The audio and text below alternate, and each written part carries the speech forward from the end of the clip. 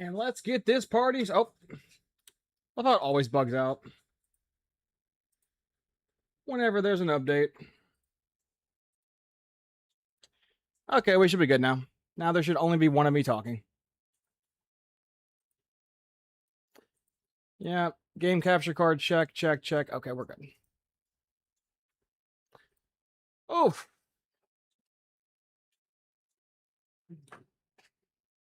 So I'm gonna do this live because we've had some questions in the Discord. So the Sim League, as you guys will see right now, is dead.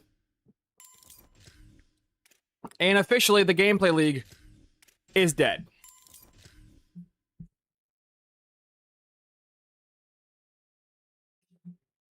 Those will be redone whenever EA updates their game again and they fix all of the problems that they were supposed to fix when the game came out and or the new problems they just put in the game with the newest update. Not going to go in depth with every single problem they have to fix, but, you know, things like Visionary not working, Rainmaker not working, the Hawaii changes not changing. What else? The new bug with the green/red gems. There's just so many new issues and or old issues that when that gets fixed, I will then restart again. If that takes them 4 months, it'll take them 4 months. If it takes them 2 weeks, it'll take them 2 weeks. But I will not be restarting these leagues. And so until EA can get a handle on their exploits and their problems, I'm not doing another one. So yeah. Did that live in the video.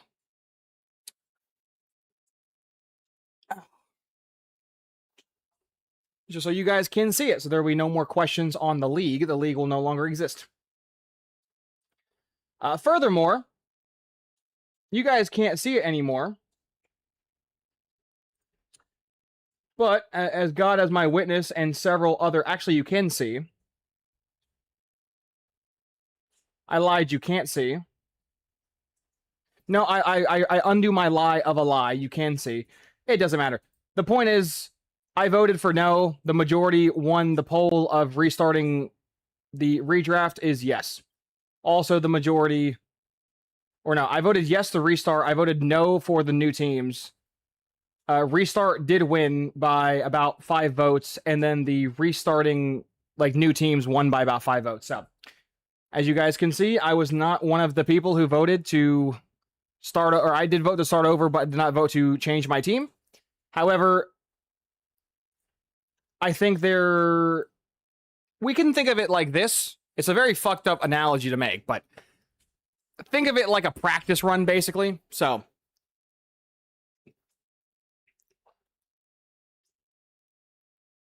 ow, my hair. So yeah, when EA gets all their shit fixed, we will resume back as scheduled. And since we're technically going to be behind by about a month or two, again, depends on when EA fixes their shit, but more than likely what's going to happen is when we do reinstate the Sim League and we do reinstate the Gameplay League, it's going to be a 24-hour advance window for probably the first week or two. That way, I could try my best to get them back on track. That way, it's not Christmas and we're just like 1 year or one, Sim Pass cycle. So, whatever that time ends up being, whenever we do go back to actually doing it, just know there will be a very quick advance window just for the first couple weeks until we're able to get back.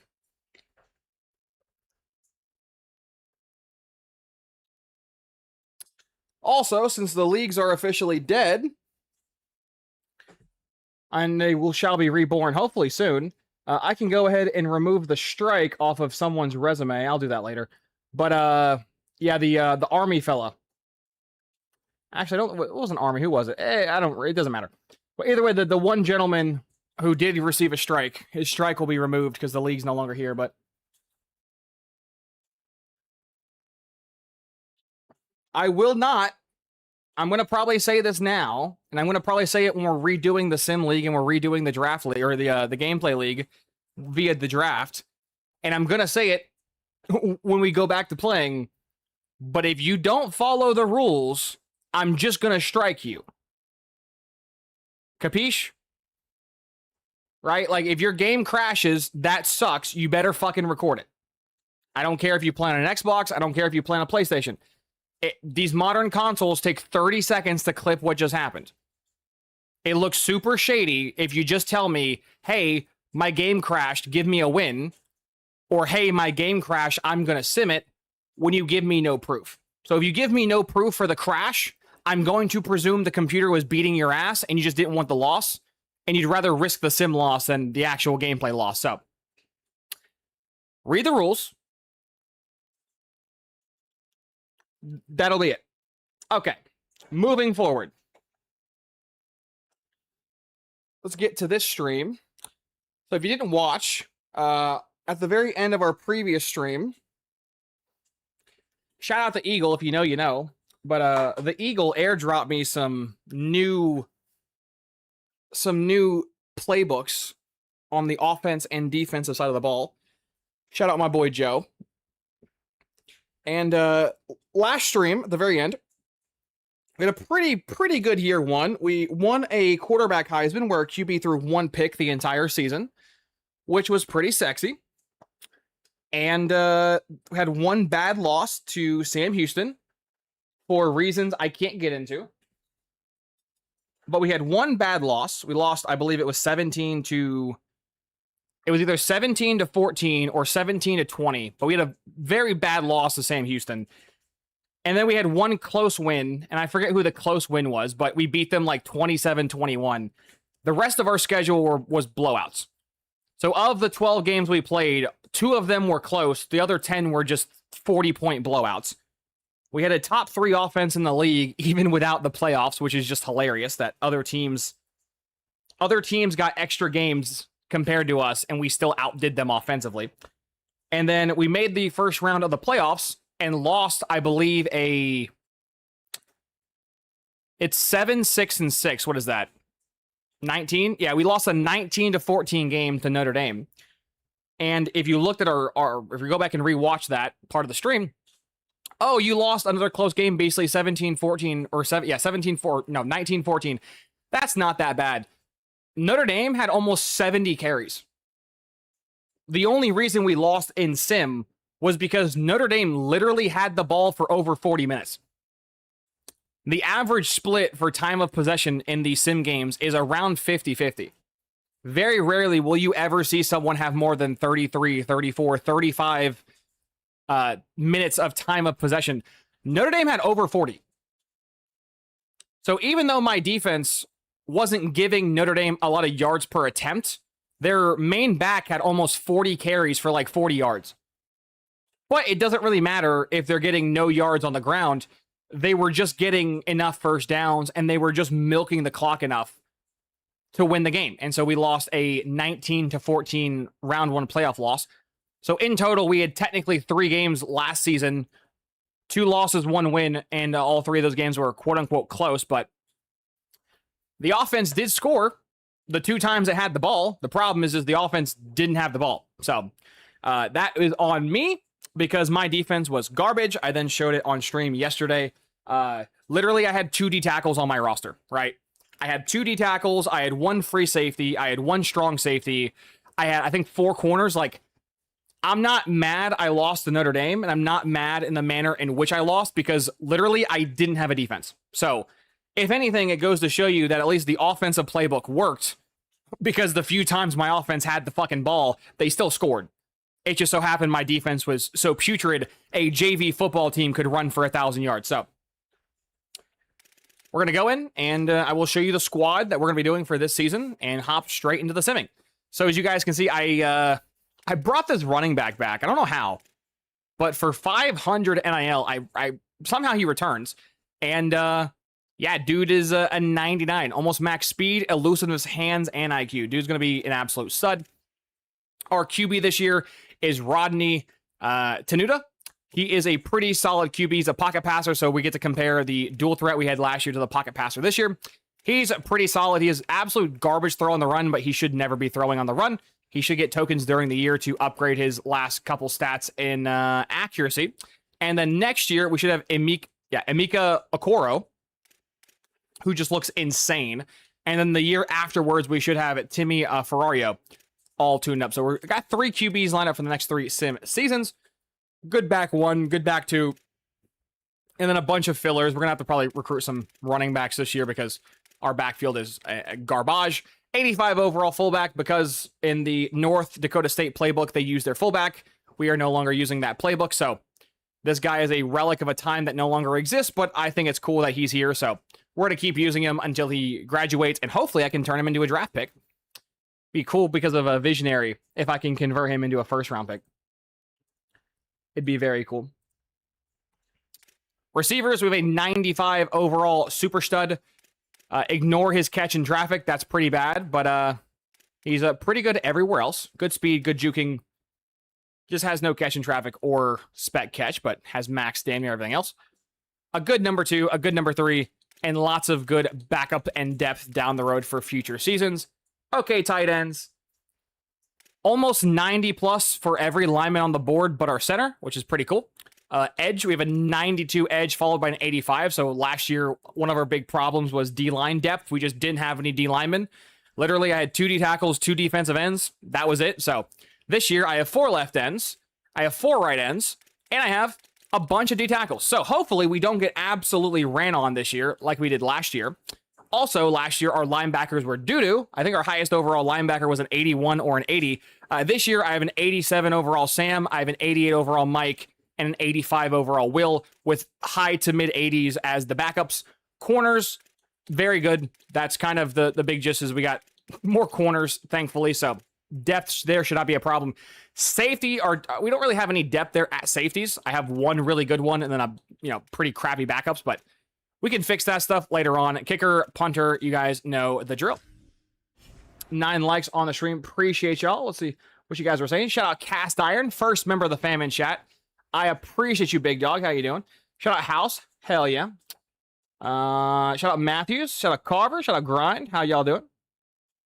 Ready to restart the online league already? Madden sucks worse than college, and even though it kind of sucks, I like it more and want to play. That's funny. I think I've played a few games of Madden 27. I think the games are significantly smoother. I think Madden 27, in terms of just sheer feel, like the vibe, the gameplay is much better. The issue, though, is the actual gameplay itself is dog shit. So, like, your running motions are smoother, the blocking's smoother, everything is just looks and feels smoother, but the actual X's and O's is just dog shit. So, yeah, I played a game against my friend Joe yesterday, and literally my Cam Ward, who's like an 80, 81 overall QB, threw like 20 passes, 20, 21 passes, and all but 2 were overthrows. It didn't matter how long I held the button, how, I could tap it, I could hold it. Every throw Cam Ward did was an overthrow. Whether his feet were set, whether, clean pocket, guy in his face, I just could not complete a pass. It was one of the most infuriating things I have experienced in a while.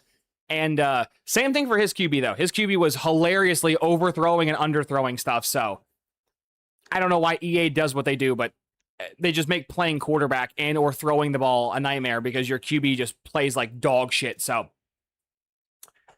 yeah, man meta is going to be a hell of a drug, along with also the meta, which is kind of sad that it's the same meta for both games, but just run aggressive on your DBs and then just send 6 or 7 people and you'll win almost every game.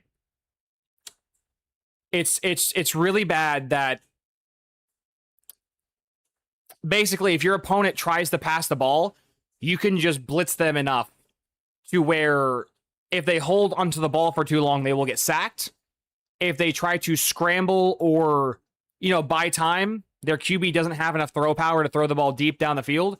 So you just make your corners and safeties and linebackers play aggressive. And if they try to throw a slant or a digger, basically anything that's not a 45-yard route, they'll either get sacked or throw a pick. So it's just, again, it's the same meta for both games. Just man blitz everybody. And even if you block the blitz, as I was doing, your quarterback's just gonna overthrow and underthrow shit. So it's a shitty experience, right? To know what your opponent's doing. Easy example. I know you're in mid blitz. I slide my line. I block the required number of people. I pick up your blitz. I know you're playing man coverage underneath. So I have a double move. I have a streak. I have a post. I have routes that are designed to beat the defense you're playing. But my QB just sails the bitch 12 yards over the receiver's head. It's like I did everything right in that example, and I still get punished. And that mouth breather just gets to drool all over a controller and get rewarded for doing nothing. Now, mind you, down the road when they fix the quarterback stats and they fix the game, that's going to happen less. But why is it happening at all? Especially at the launch when you know it's the same problems people were having with college football. Why are both games having the same problems of the same shit at the same time? The games didn't even release simultaneously. So EA knew they had over a month to fix this in Madden, and they just didn't do shit. So, very fun.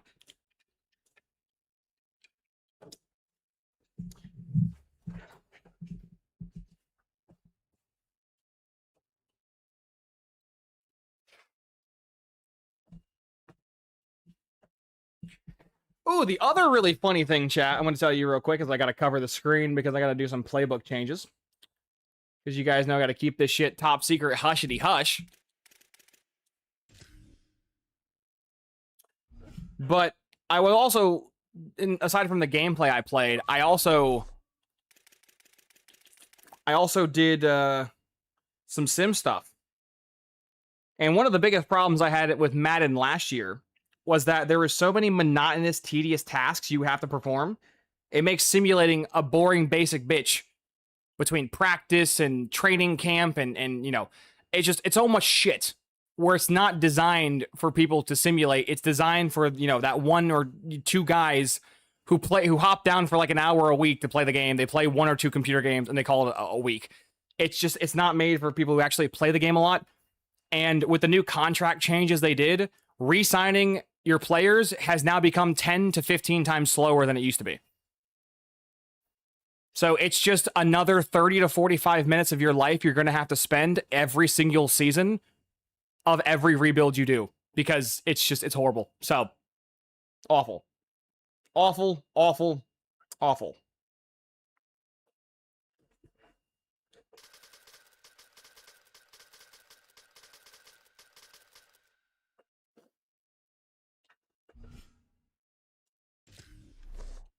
So because we got ran on pretty bad last year, I'm going to try the base 4-3 defense this year.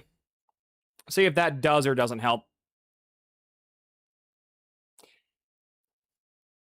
Actually, I lied. I'm going to run the 4-2-5 like I've been running.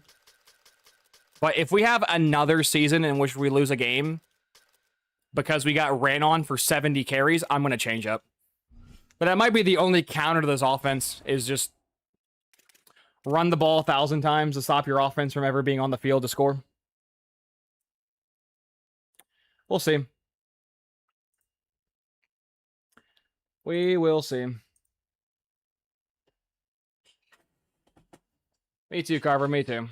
Heart breaks a little, but yeah, it stinks, but that's EA. Hey, Syracuse, how you doing? How you doing? Hopefully pretty good.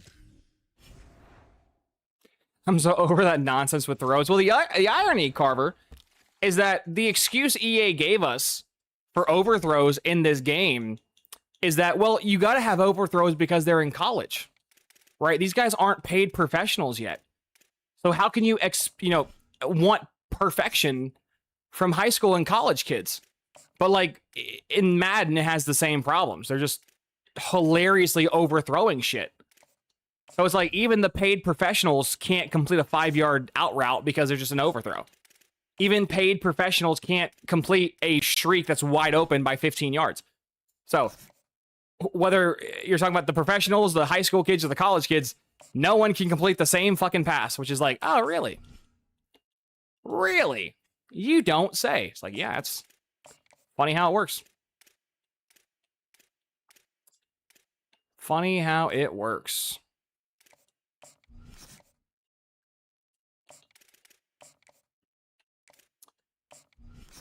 Yeah, if I was in charge of this game, oh, the things I would change. Oh, the things I would change.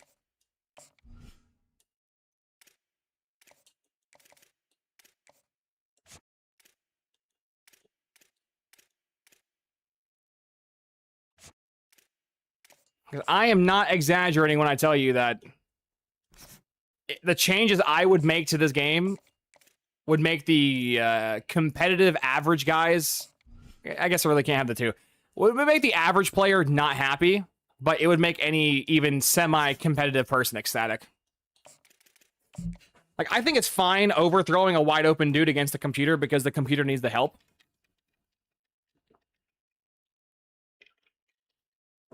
But I'm not for doing that against people. That's, if you got a wide open route, that should be a completion 100 times out of 100. That's the point of them being wide open. What's the point of having them be wide open if your QB's just going to say, yeah, no, he's not? What the fuck's the point?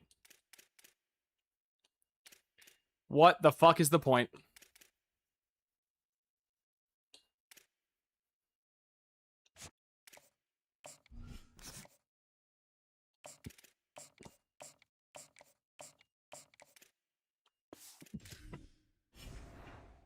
$11 likes. Appreciate y'all. I honestly probably shouldn't be recruiting half these 5 stars. I've kind of gotten into the habit of just like recruiting 5 stars just to recruit 5 stars. When realistically, I should just be getting 5-star gems and then moving on to 4 stars, but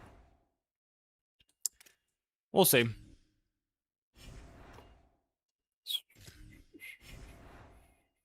Because you gotta pay 5 stars a pretty penny, even if you get the, you know, reduction to shit like we have, but you still gotta pay a lot just for a possible impact dev or normal dev guy, so.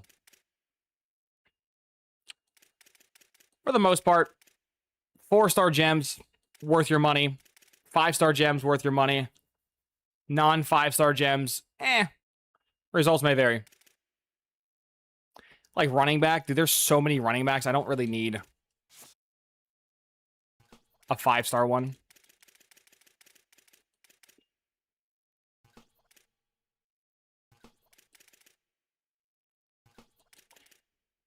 Are there some elite devs and star devs I'm probably losing out on by just not recruiting every 5-star? Yeah.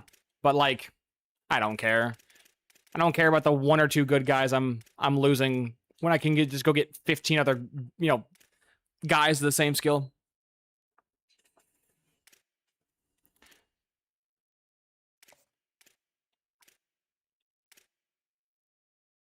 Man, Ohio State makes getting any quarterback in this game just miserable. If it's a quarterback and Ohio State has any interest, good luck. That shit is awful.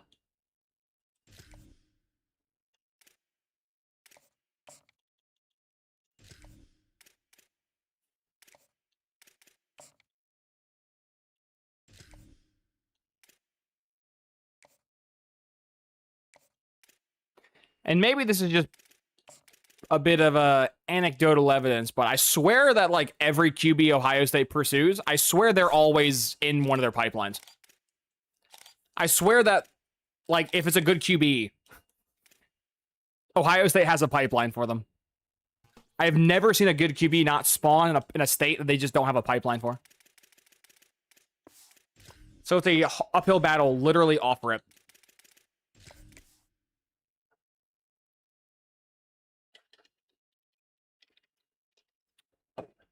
What other things do I gotta update you guys on? Ooh, I also moved conferences, by the way. So, we are no longer in the Big 12. We are now in the ACC. I didn't fix my slot receiver. Fuck. He got player of the week with 4 touchdowns, though. But that's not... I don't think that's the guy who's supposed to be in my slot. We beat UConn 59-0. I like that. I like that a lot. My good players are actually playing good, chat. Oh, I'm wrong. And re-kicking is my slot. Okay. I was like, did I do my slot last night? I did. Okay, good. I love the fact that my good players are now playing good. But we got 11 more games to go. They can shit the bed at any time.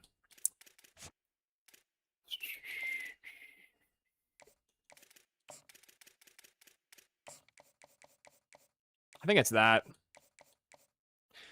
Or that.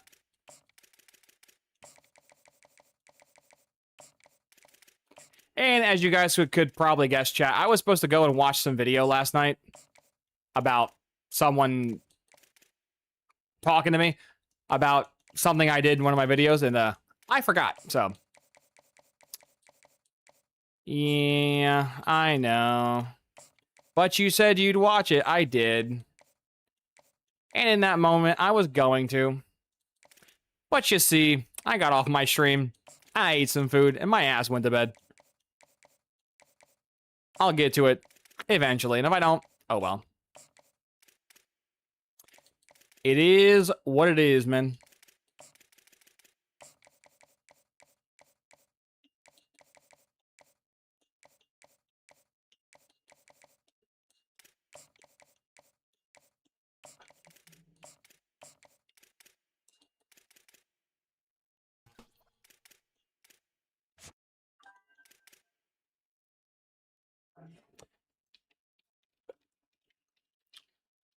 Yes, Carver. The original synopsis was that I got bashed, and then it changed to, he didn't bash you, so. I was gonna go watch it and find out for myself, but I, in fact, did not. Because your boy gets very tired after after stream.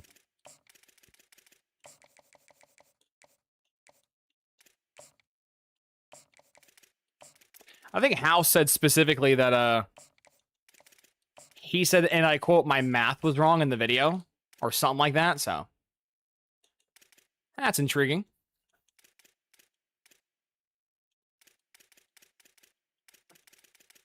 That is intriguing. Are we getting locked out of anybody? No, no, no. Dude, Ohio State's a fucking demon, man.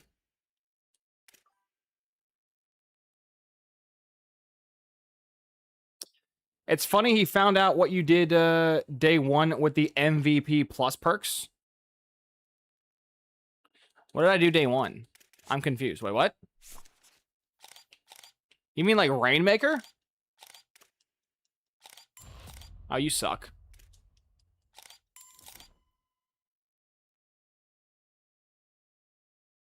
Everything goes up in cost once you use the MVP perks. I mean, to be fair, everything goes up in cost in general. Like, when you use, like, buy anything, so. It doesn't really matter if it's MVP perks or, like, the game is designed where you can't really pivot into multiple categories. So whether you go recruiter into motivator or you go recruiter into rainmaker into visionary into motivator, whatever perks you buy just scale. So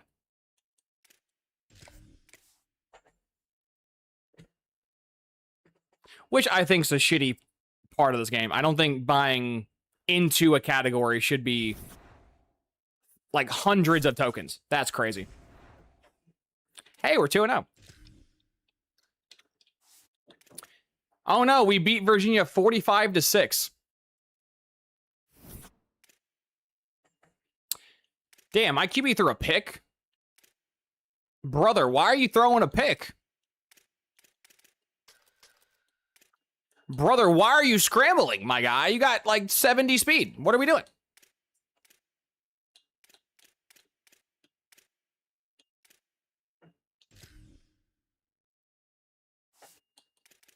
And we won, so. Definitely should open to your 3-0, that's for sure.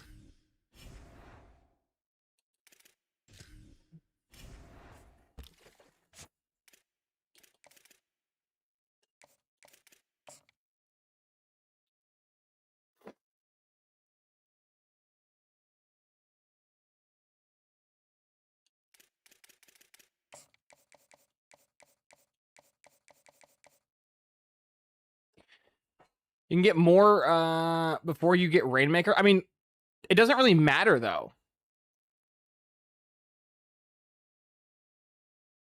Like, it doesn't matter though. Because you're gate kept, Carver, at 300 points regardless. Like, whether you spend the 300 in Motivator or you spend like 250 in Rainmaker and then Motivator, you're gate kept at 300 points regardless, because that's what the requirement is to buy Program Builder. So, what does it matter?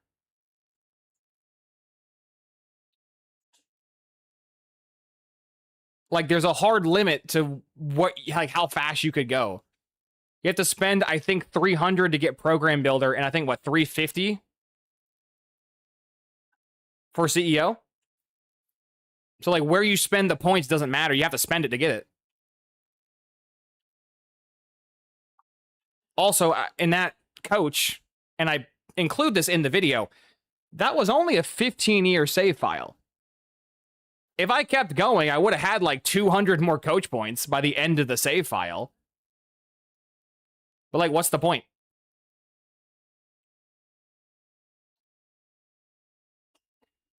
Again, I haven't watched it yet, but I think that is such a small, minute detail to get caught up on.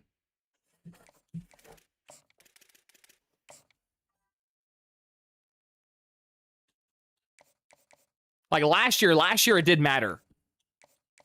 Because last year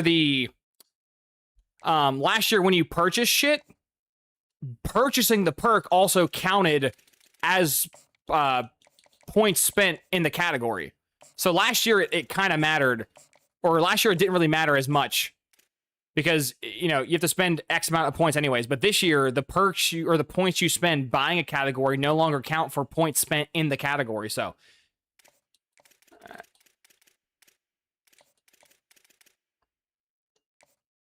tonight, I'm not going to be getting off at, like, you know, the wee hours of the morning.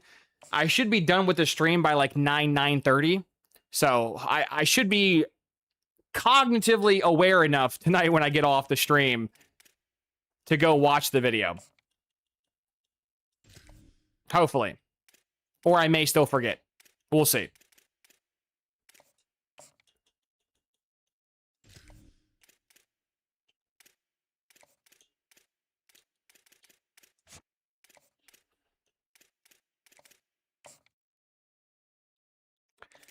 I don't have anyone to pair with this quarterback, I just realized. We have a guard. I have a guard! Does your QBs run even if they are slow? I've noticed that. Which is such a shitty change, House. That is such a shitty change. I don't think any of these QBs are gems, right? They're not.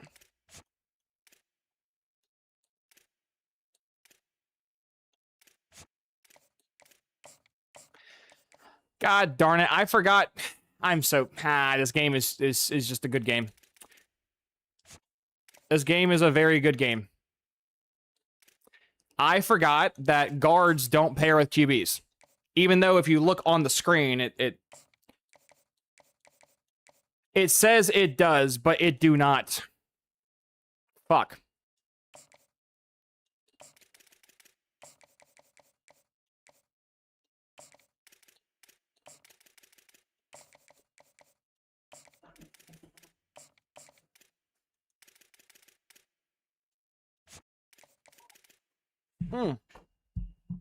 Also, chat, there was a severe heat wave today, and so I figured today, of all days, would be a perfect time, a pristine time, if you will, to go and walk / jog / run / walk / crawl and go on the ground and cry.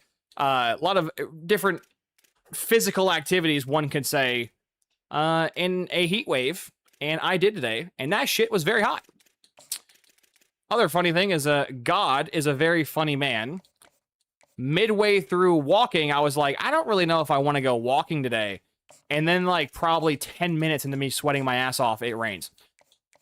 And so I'm like, okay, I'll just take that as a sign of God to, like, just you know, go home and do something else. And as I turn around and start walking my ass back home, the rain goes away. I'm like, you son of a bitch. You motherfucker. You knew what you were doing to me. So then right when I got back to, like, my area, I was like, nope, gotta go back. The rain stopped. I must keep going. So I am singed, dehydrated, tired. So this should be a very fun stream.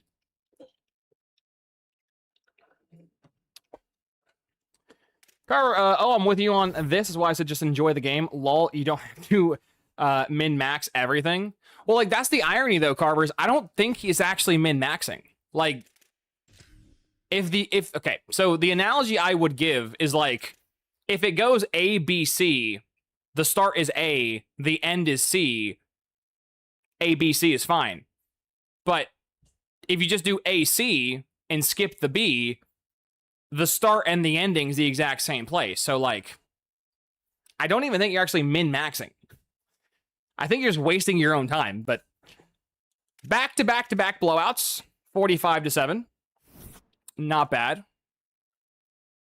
My QB threw another pick. Yo, can we stop throwing fucking goofballs, please? He threw for 400 yards, 3 touchdowns, 71%, but can we please stop with the picks?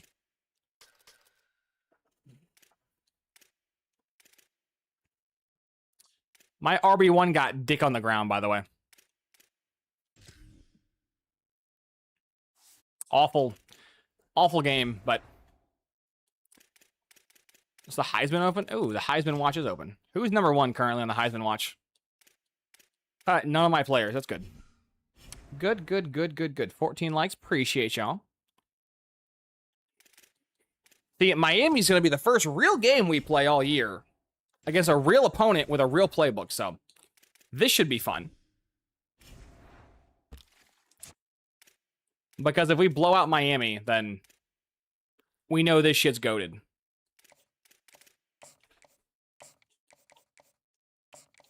And if we lose to Miami, then, well, we can just cry ourselves back to sleep, so we're fine.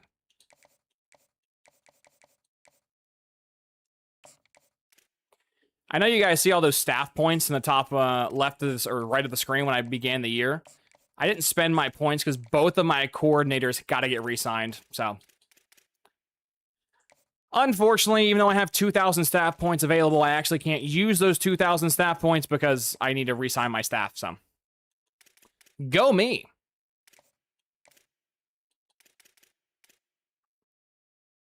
Man, I'm trying to get this QB so hard.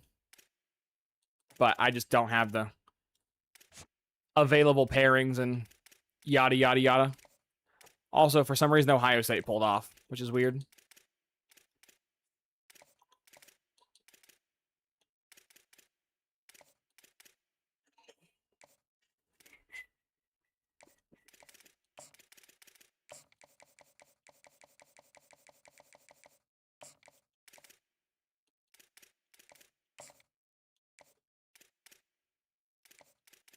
At least we should get one of our 3 QBs. Why I always advise to go after multiple QBs, just because if you do get screwed on the first one or the second one, you got that 3rd and 4th option. And for some reason, if you don't get screwed and you get multiple good QBs, then that's still good for you.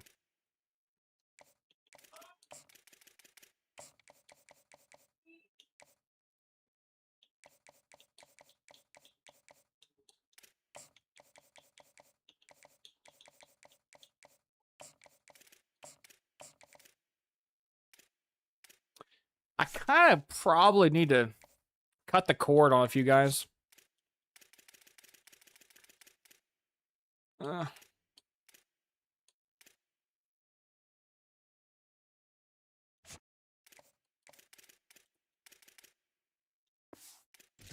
I'll just wait. Can we beat Miami? This is, again, they're only an 81 overall team. They're not the best team in the game anymore, but it's still a litmus test for the playbook.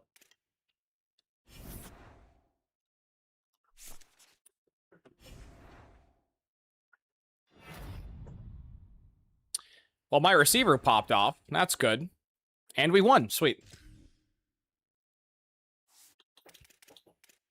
Ooh. I mean, we did kind of blow them out in the fourth quarter, but we didn't really dominate Miami as much as I would have liked to have. And that's because Miami ran the ball for almost 200 rushing yards. Okay. Oh, fucking K. I am...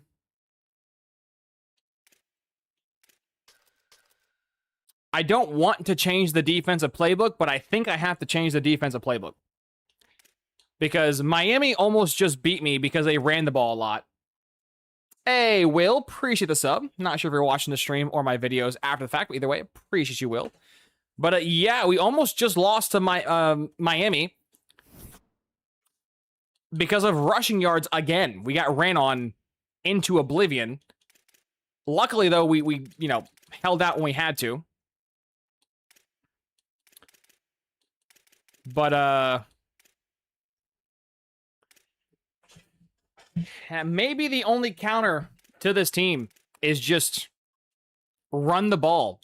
QB 5 touchdowns, 307, 0 picks. Good job. 61%, not bad. Running the ball had 15. Where'd my other running back go? I feel like my RB2 is doing nothing.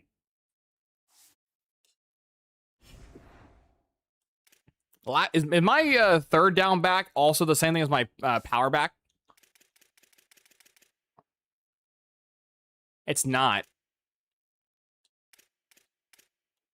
Is this dude just not getting onto the field? Why is he not registering stats? Well.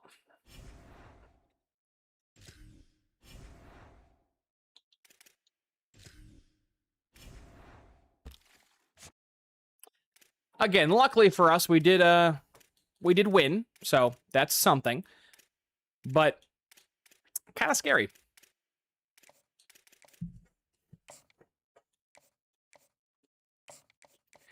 It's kind of scary how close that is.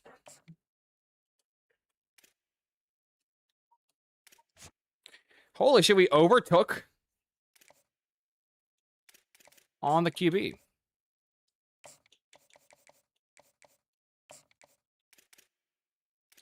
Got into a recruiting battle. I think we lose this battle, though. Actually, did we already have the visit? No, that's this week. We may get the jump off of this, though.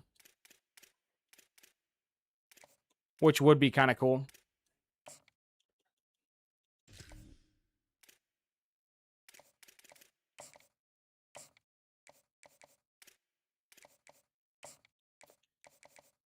Still pretty cool.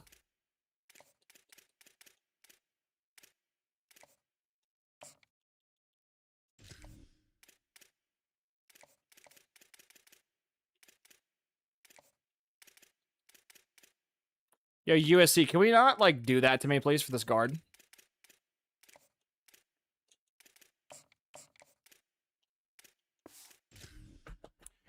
Let's see.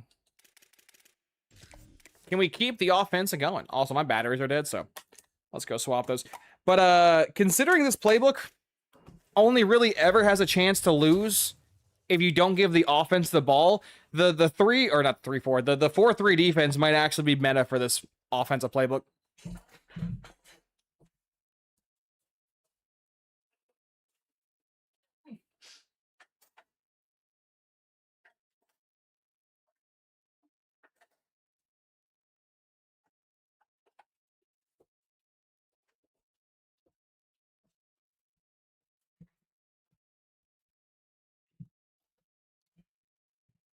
So far, though, we only have 2 losses in 2 years.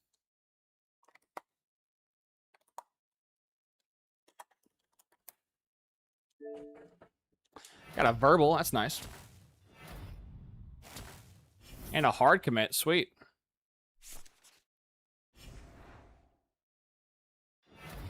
ACC Player of the Week. There we go, baby. 2 picks. We're 5-0. Oh my goodness. Wake Forest put up 31. I mean, 14 of the 31 was in garbage time in the fourth quarter, but Wake Forest scoring 31 is disgusting. My QB had a hell of a day, though. 450, 6 touchdowns, no picks. My running game hasn't done diddly or dick all year. And this is the best running back I've ever had. And he is doing nothing on the ground. Why? Why can we just not run the ball all of a sudden? Last year, my running back had like 1,200 yards. I mean, I guess he's averaging 5 yards a carry, but I think he's getting very much boosted right now. And my wide receiver has more carries than my fucking RB2 does. I think my RB1 is just getting boosted off those bad games, like the bad teams we played. I think the rest of the schedule is going to even out because we're not playing, 45 overall teams no more.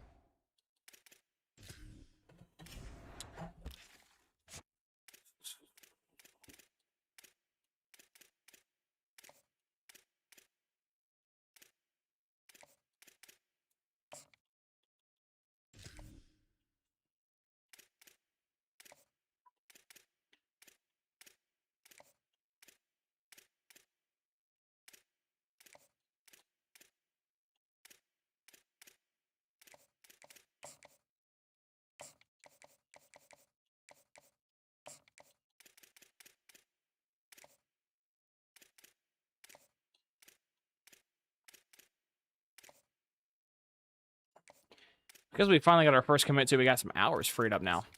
Thank you.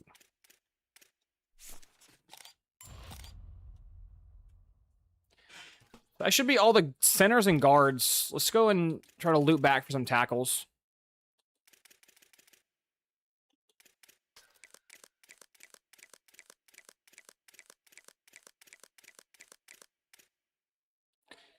After we get tackles done, we can go grab some running backs.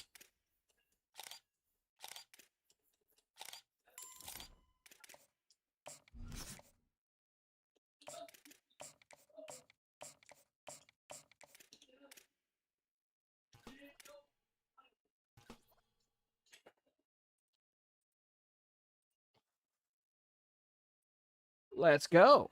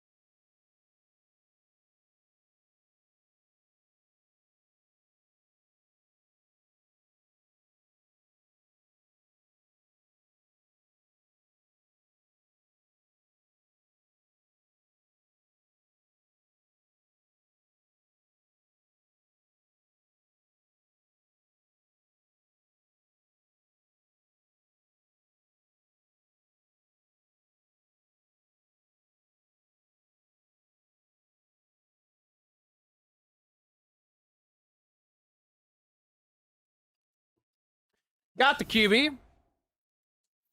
Lost the tight end. That sucks. Won the game, though.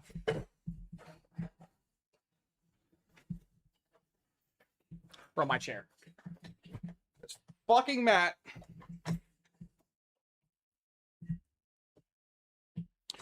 Oh. Little plastic mat. It's like under my...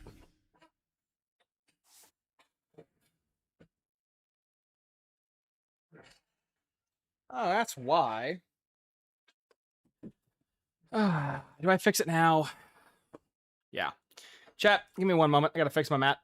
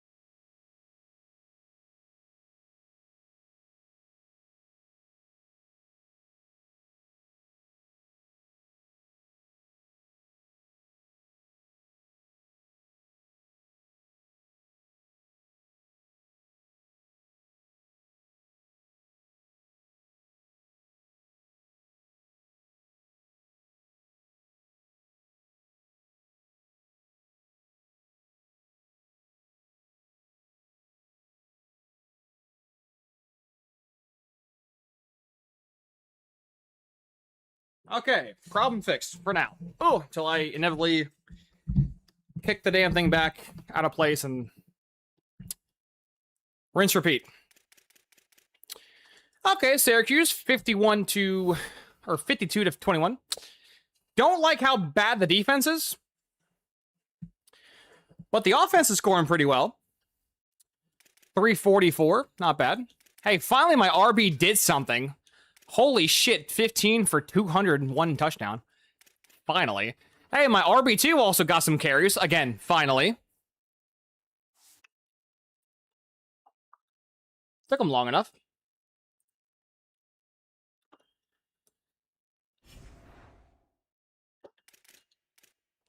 Yeah, I think that the defense is TBD, but I think the offense is pretty fine-tuned. It's pretty fine-tuned. Lost you to Georgia. Fuck you, Carver.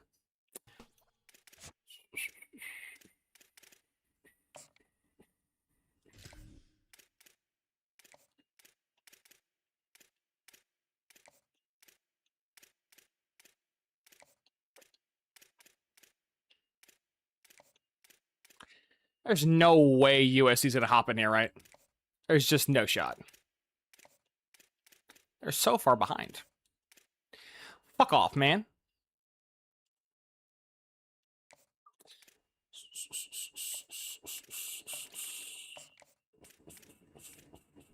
Ooh, this is a bad... Man, why you gotta be a gem, too?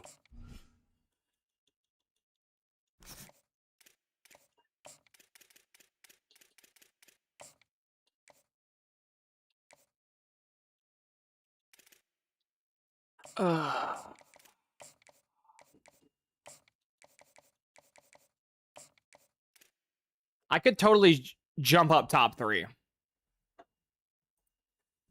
But I don't know if I'm going to win the recruit, though. They have a tier 5.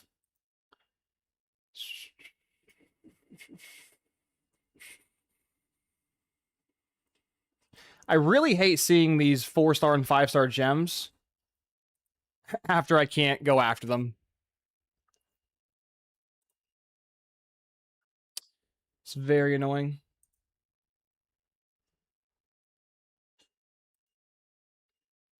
Okay, so there's a 40% chance it's a hometown hero. We'll try hometown hero. And then it's a 33% chance to be the SEC. Conference legend, so. If we can hit on one of those 2 cells, we can certainly hop back in here. If not, he's probably gone. Sadly enough. Another one bites the dust.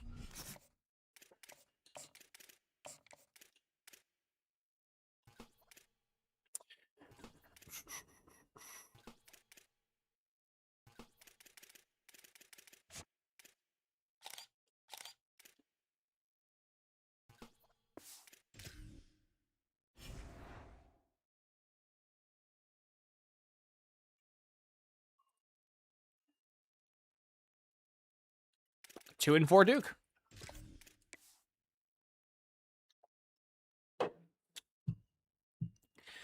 I will say, at least with this playbook, it seems to be like the teams are, the crappy teams are scoring between like 0 and 25 points. But at least our offense is putting up at least about 50, so. Would I like these crappy teams to score as much as they're scoring? No, but we're not in jeopardy of losing. We're just in jeopardy of not blowing them out. Oh, that's a pretty good game. 10 carries for 175 yards. And there we go. Speaking of 0 to 20 points, 0 points. QB threw for 400, 2 touchdowns, no picks, 72%. My running back had a hell of a day, averaging 17.5 per carry, 3 touchdowns. And the other running back also had 3 touchdowns. My receiver 1 had 141 yards. I lied. My receiver 2 did. My receiver 1 had 120. Wow, we just absolutely just put belt to ass to Duke. Holy shit. Holy shit. That wasn't even close. Which is good.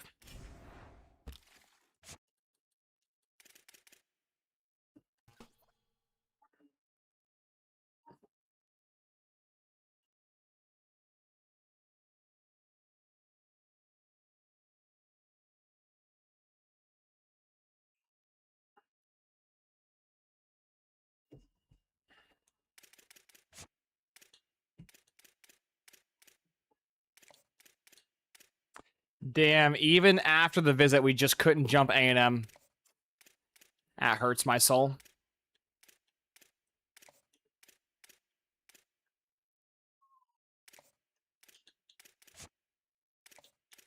Holy shit, we guessed the sell.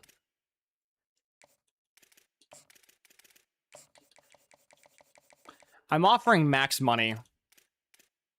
So if they don't aggressively lock me out here, I think I jump UCLA, which is foul, but I'll take it.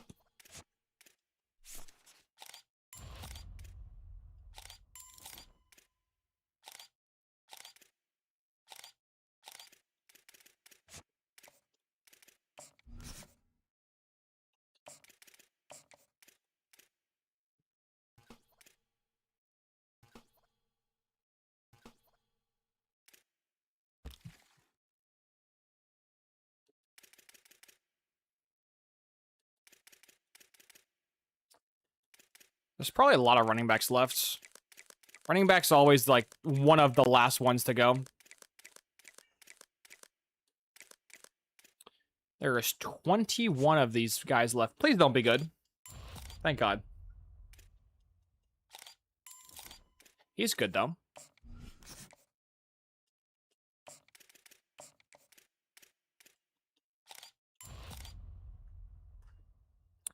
I think the bug has to do with that animation, by the way. 94 speed? Oh my God, who is this? Chat, who is this? Is this Doug Martin? Who is this build based off of? Who's a very fast, short running back? The only contact-seeking short running back I can think of that's also fast was, like, Doug Martin. This motherfucker is 94 speed as a contact seeker? A contact seeker.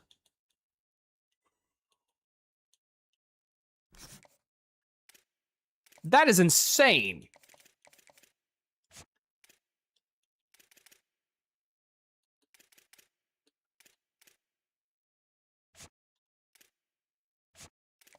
I'm already top 3 with him, so there's really no need to drop the 50.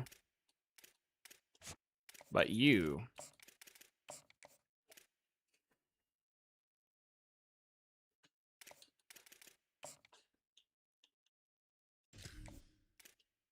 Wow. A 94 speed contact seeker is legendary. Actually. Insane. Well, can't lose the bye week, so...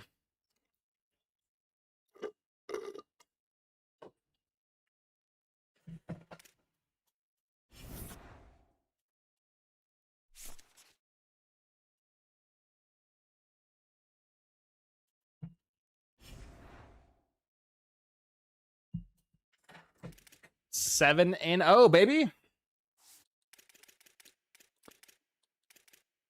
Got SMU, Louisville, Central Michigan, Florida State, and UNLV. We should not lose any of these games. We should absolutely BTA.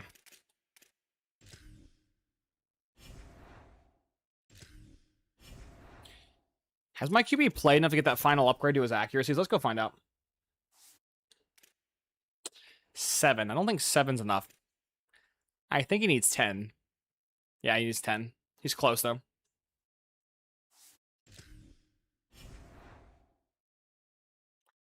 He's very close.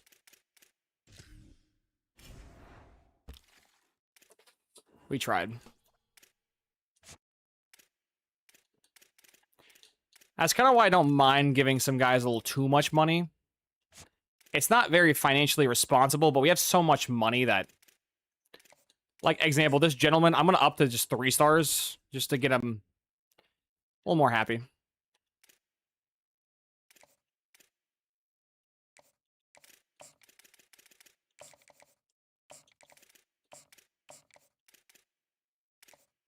Holy crap, we actually did shoot up to the 3rd team. We have the first visit of the bunch. If it's a big enough blowout, we might get the commit, like, on the spot.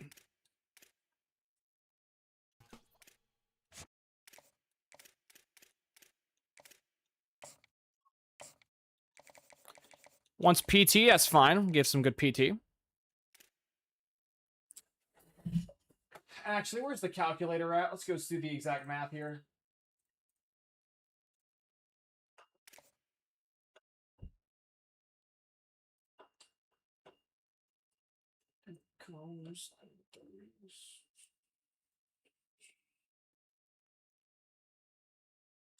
Wow. Well, I know what 2 it is. Problem is there's 2 of them. It's this or this.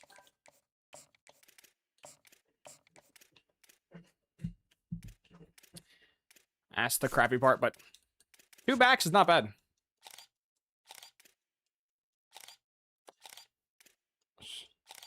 Haran. I was hoping there'd be an I in that name, but I guess not.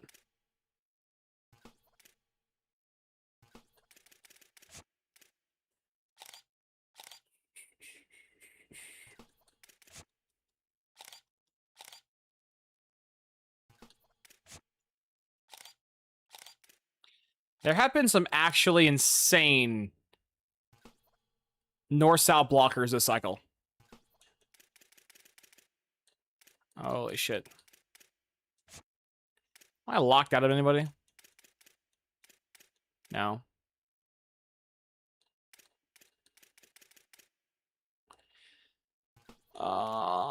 Can we, like, unlock, please? Please? Wow, you guys are some absolute bitches, bro. I wish the game would let me at least scout them. Even if I can't go after them because of playing time, it'd be cool to scout them. But we have our 2 backs. On to wide receivers.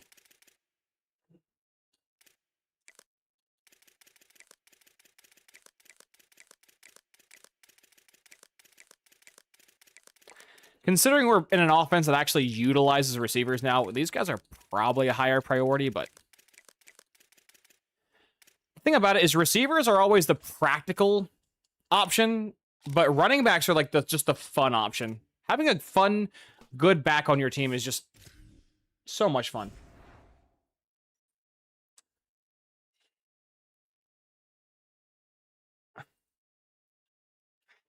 Don't worry, Carver. I'll give you a fuck you back then and I'll fuck you now. Yeah, that's funny. Glad you enjoyed that. Your laggy ass.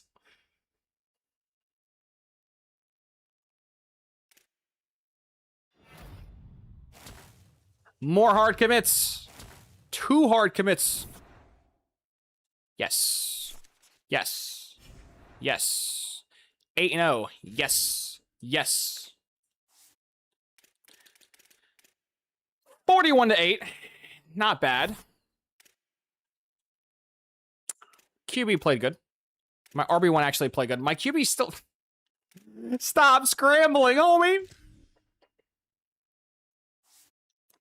Yeah, unfortunately, this looks like a playbook that no matter what you do, your quarterback's just going to scramble. So, that stinks, but small price to pay for absolute blowouts in the field. So, it comes around, goes around.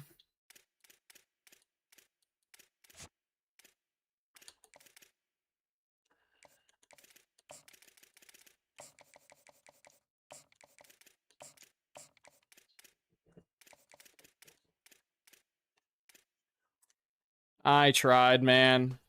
I hopped on that train way too late. The fact I kept it close is kind of impressive, but...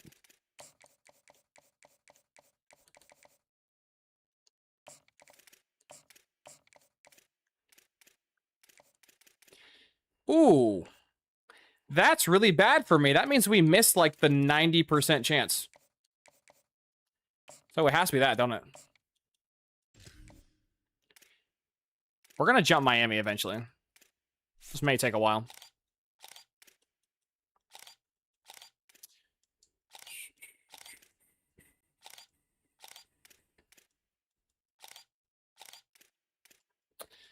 Hip and hammer. You suck.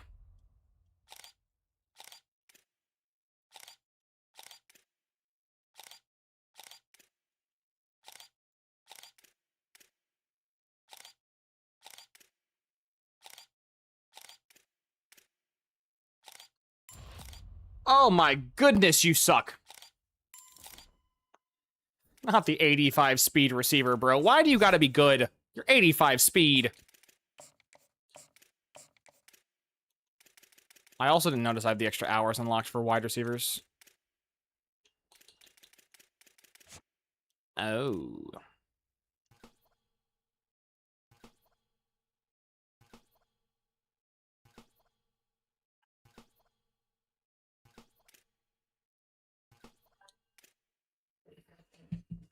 Yeah, 2WT up.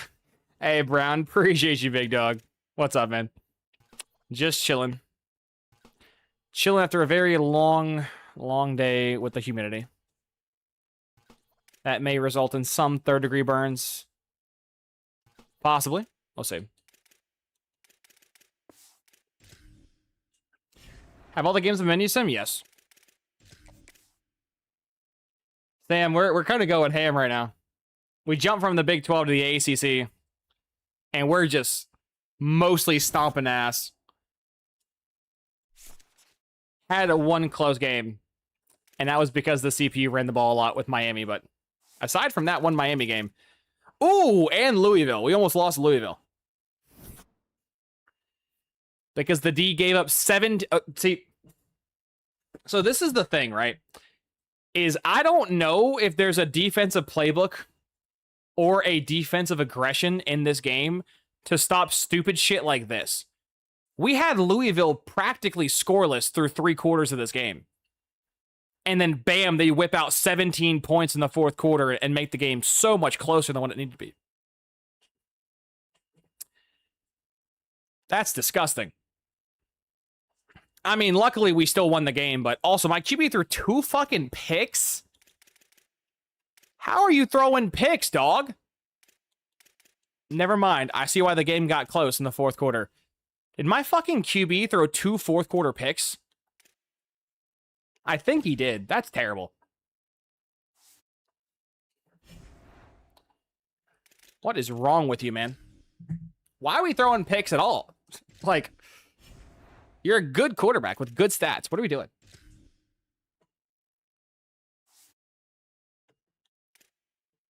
One more token. One more token, we're good. But aside from those 2 picks, good yards, good touchdowns, good running game, lots of good. Just don't like the turnover margin, but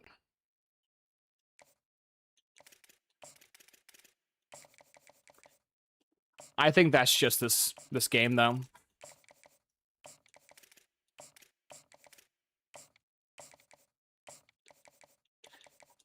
We have a tackle. Do we have a guard, too? We do have a guard. Sweet.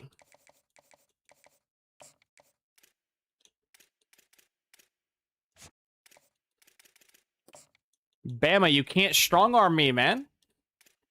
DeBoer, what are you doing? Ooh, we're dusting Miami now. Good shit. Good fucking shit.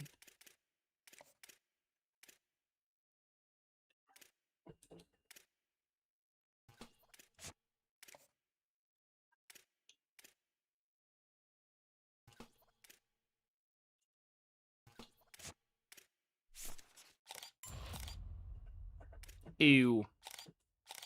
Ew.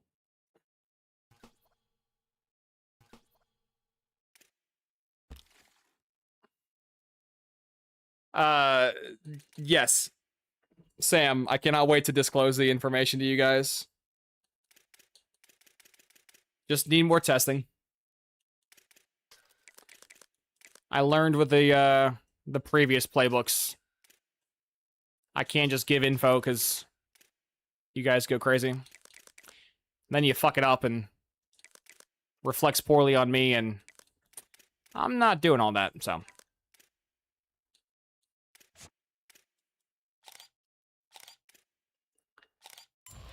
Not repeating the Boise Playbook 2.0.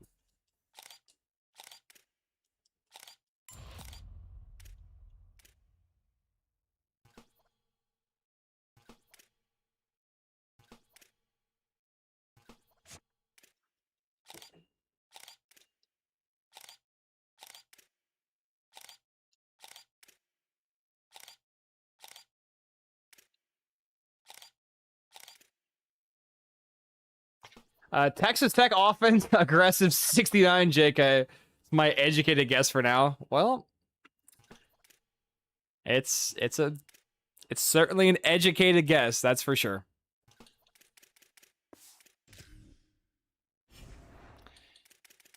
Certainly an educated guess.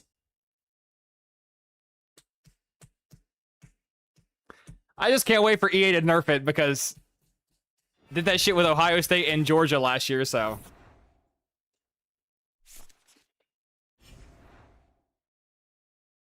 It is kind of nice, though, that, like, I know for a fact we're never going to lose to a shit team with this playbook. We actually have to be afraid of, like, the good schools like Miami.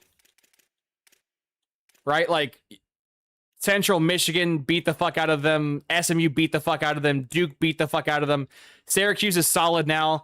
Same thing with Louisville. They're both solid teams now. Miami's always solid. Beat the fuck out of Georgia Southern. Beat the fuck out of Virginia. Beat the fuck out of UConn. So, with this playbook and settings, you're not going to lose the shitty teams anymore. Now, if you lose the teams, you're going to lose some actual real teams that, like, have good players. So, which, if that ends up being its Achilles heel, is it's not the best against good teams. It'll be a weird flex, but could be worse.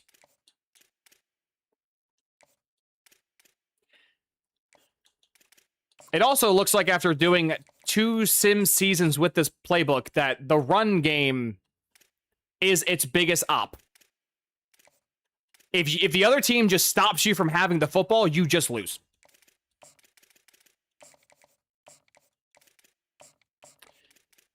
The Miami game, which we almost lost, Miami had like 180 rushing yards, so. If you can have run defense, I don't think this playbook can lose. I think the only way you lose with this playbook is just no run defense. Which, to be fair, it's not really the playbook's fault that the other team is having the ball for 35 to 45 minutes of the ball game, so. I think I've officially checked every 4-star now. Athlete time.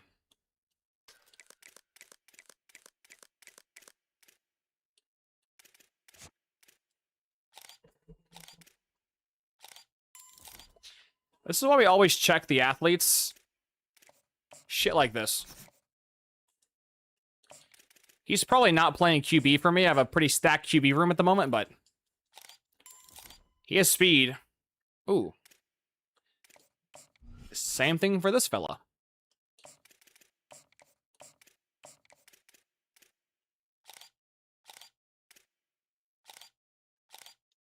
And then you suck.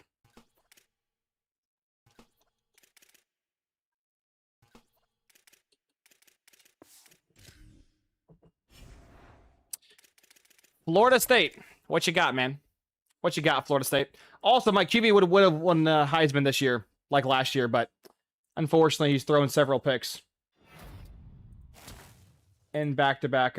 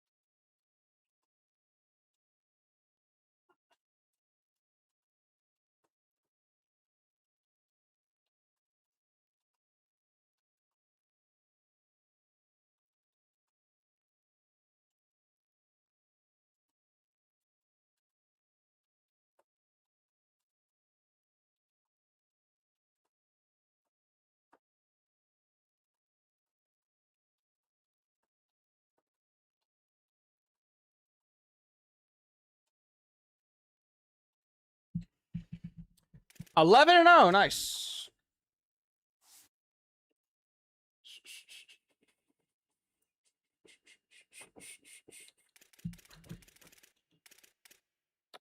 Florida State kept it close. We were actually the underdog here. Holy shit. Again, they had more rushing yards and yards per rush. Ooh, that was a scary close game.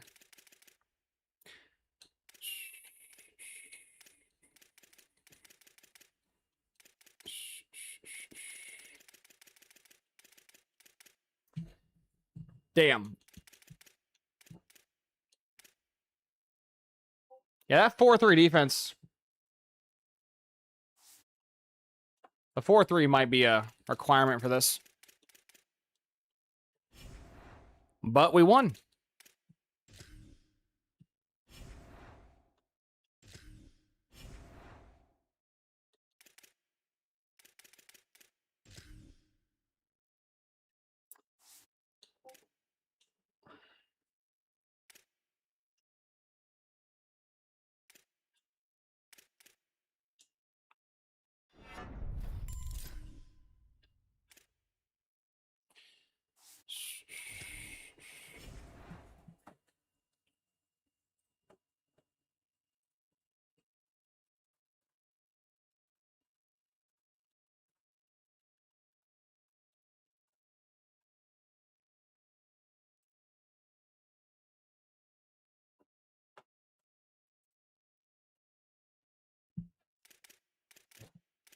Well, there's no way we're losing to UNLV, so that's a positive. Negative is, had some pretty close games. But we won them all, so. We have won them all.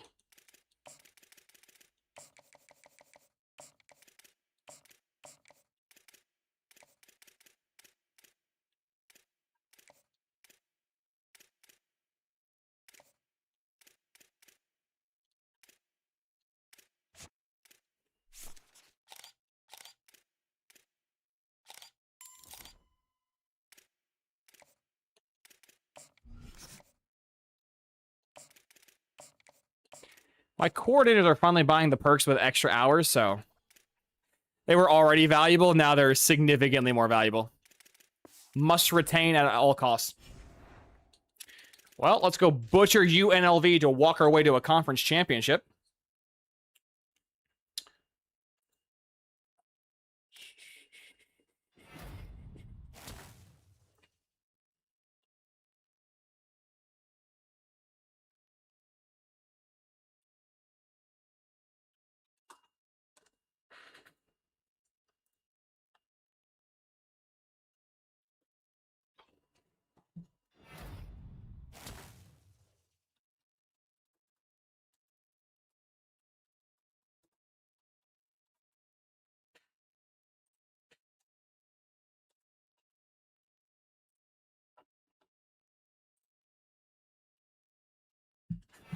Ooh, got some commits.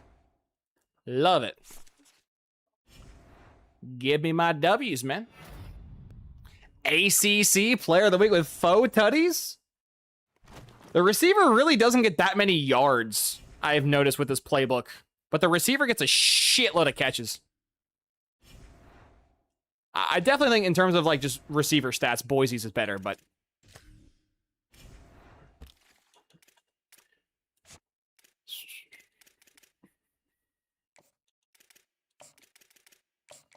If I can get this soft sell going into the post-season, the hard sell would be free. JK, his hard sell is a Star Search. Nice.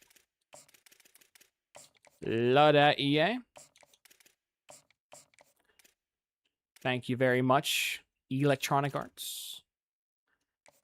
Thank you, thank you.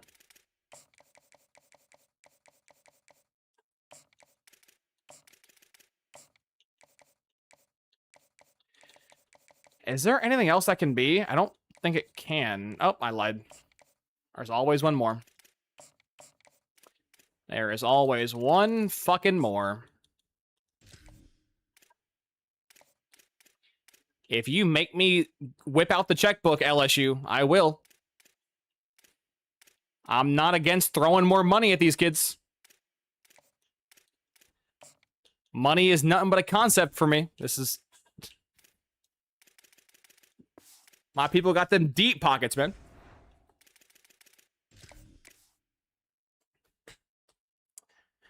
Well, undefeated again. Just like last year, kind of. Let's go into the conference championship, win this in a dominating fashion, and then go dominate the playoffs. Please. Please. Hey, our win rate's now 80... No. 82%? 81? I wasn't. I saw the number and then lost it. Ooh, doesn't GT run the ball a lot? I might lose this game if they run the ball a lot.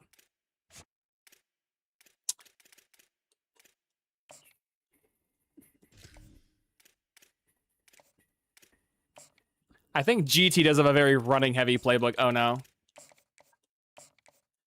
Oh, no. This is also the last week we can do any of these guys, so... Just give them some cash, just in case. Then going into the portal, there'll be hours.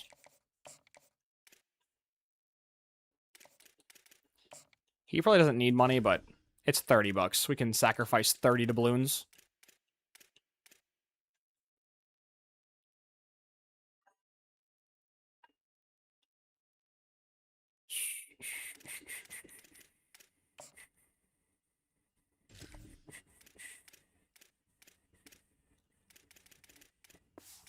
Heavy is the crown, man. I feel like your ag is on 55 or 60 for offense, since you still get the rushing yards. That's not really how aggressiveness works. I was getting rushing yards with Boise as well. Both of you should be extended. You want 655?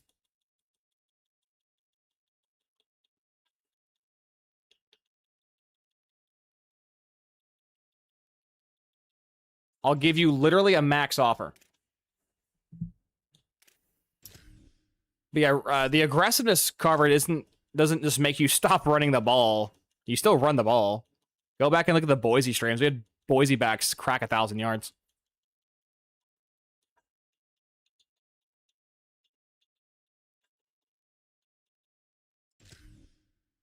Okay, so we should reassign both of our coordinators, which is awesome, because then we won't have to deal with that headache for 3 years. Hopefully. Also, let's go ahead and auto-spin our tokens.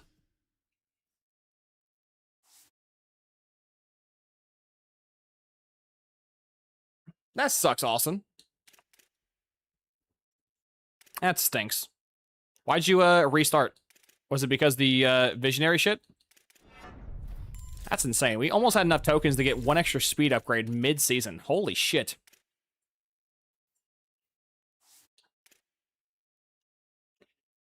It seems to be with the new visionary perk where you gain more XP off practices, it kind of feels like you get, if you're an elite dev prospect, you get about 15 tokens a year. At least 10 plus. Which is not bad for, like, mid-season shit.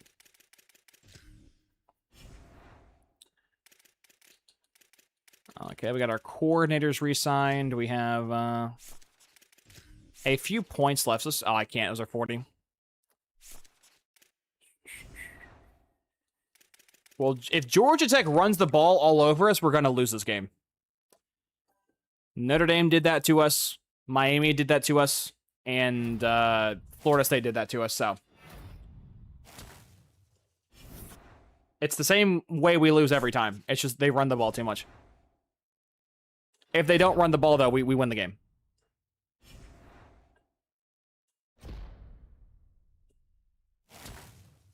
Breaking records is cool, but did we win the game, though?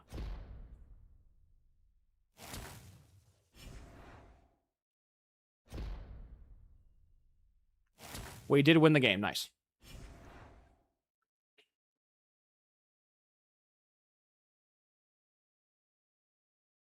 Austin, you shouldn't be spending any money on players until you're a 4-star or 5-star program. If you're a 3-star and below, you should just be getting free 3-star players. You really shouldn't be spending money like that for a while. Because even if you just recruit Florida kids and Texas kids, you're still going to pay out the ass if you're buying them too early. You should not be spending a dime on any single prospect until you have the perk that cuts the NIL rate by 30%.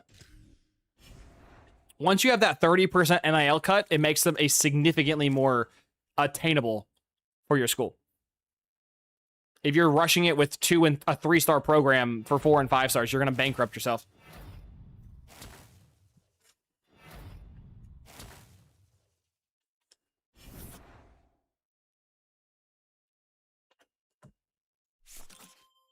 We won, though, so. Undefeated season locked. And last year our QB won the Heisman, but last year our QB threw 1 pick. I think this year our QB's up to like 6 or maybe 8 picks, 9 picks. My QB's thrown a ton of picks. Which is funny because you would think my QB's played like shit throwing a bunch of picks, but he's basically thrown all of those picks in 3 games. So, if you remove those 3 games from the sample size, he was perfect the rest of the year. Oh, see, man, my guy has the touchdown, just not the yards. That was Boise. He'd have like 800 more yards. There's my QB, 50 touchdowns. I think my QB last year had 57, so. Rodney definitely was a step down at QB, for sure. But not a bad year, though. This guy sucks, so unless he has a bunch of rushing touchdowns, there's no chance Frank Treggs wins this. There's no shot. I think realistically, if anybody of this bunch were to win, it'd be my receiver. Just because he almost cracked 20 touchdowns, and that's kind of a lot for a receiver, so. In my prediction order, it's probably my receiver into that other player, into my QB, into the Utah QB. That's the order. Henry Cantu, the LSU QB. I think it's probably my receiver 1, LSU QB 2, my QB 3, and then Utah QB 4. And here we go. This season, the Heisman Memorial Trophy is a I don't remember who is wearing what outfit, so. Who won the Heisman? Jake. Oh, I called it. Chat, I'm so good at my job. That's so funny. I called it. I literally said if it's going to be my receiver. I knew it. touchdowns just... I mean, I get it, right? Touchdowns should obviously matter, but I feel like touchdowns for receivers matter too much. I feel like if a quarterback were to throw for 5,000 yards, 50 TDs, he should, like, automatically win it, but... Got the Heisman, got the conference championship, and got the DC. Did we get the OC? We got the OC. Nice. Now we just gotta win the Natty, and we're absolutely cooking. Oh, wow, you renewed my contract? Crazy. I would have never have seen that coming. I'm shocked. I am shocked.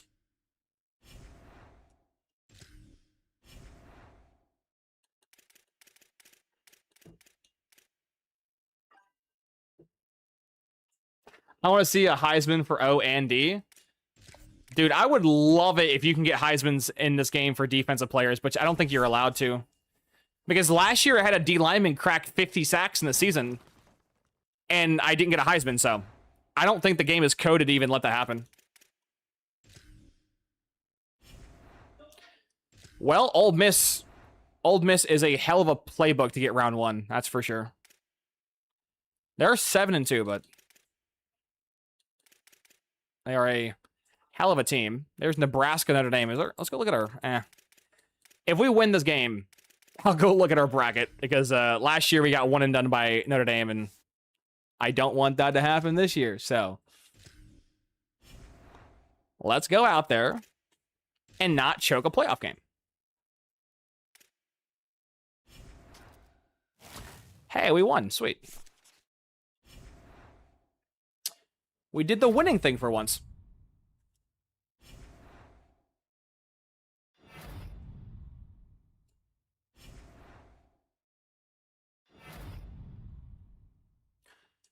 Receiver had a pretty good day. Not bad.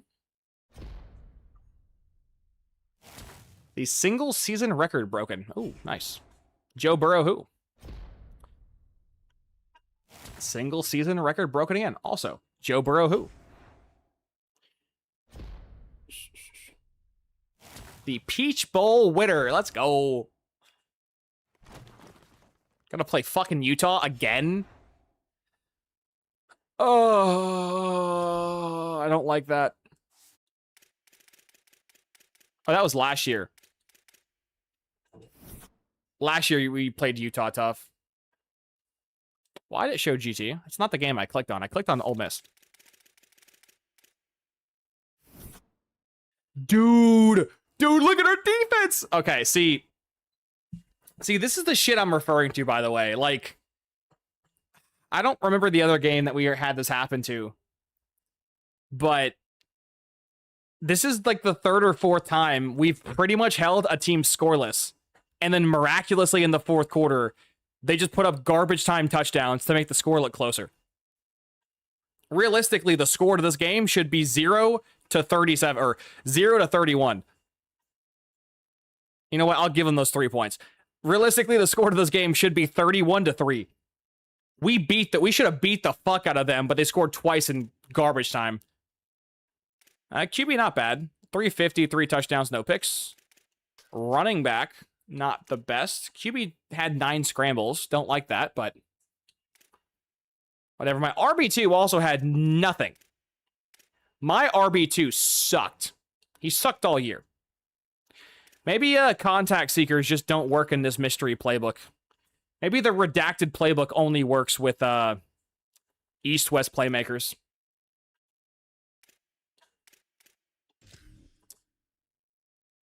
But hey, I'm happy in the results. We blew out Ole Miss. And now we get to play Utah again. Now, Utah was we did beat them last year. I think it was 27-24. But Utah playbook does run the ball a lot.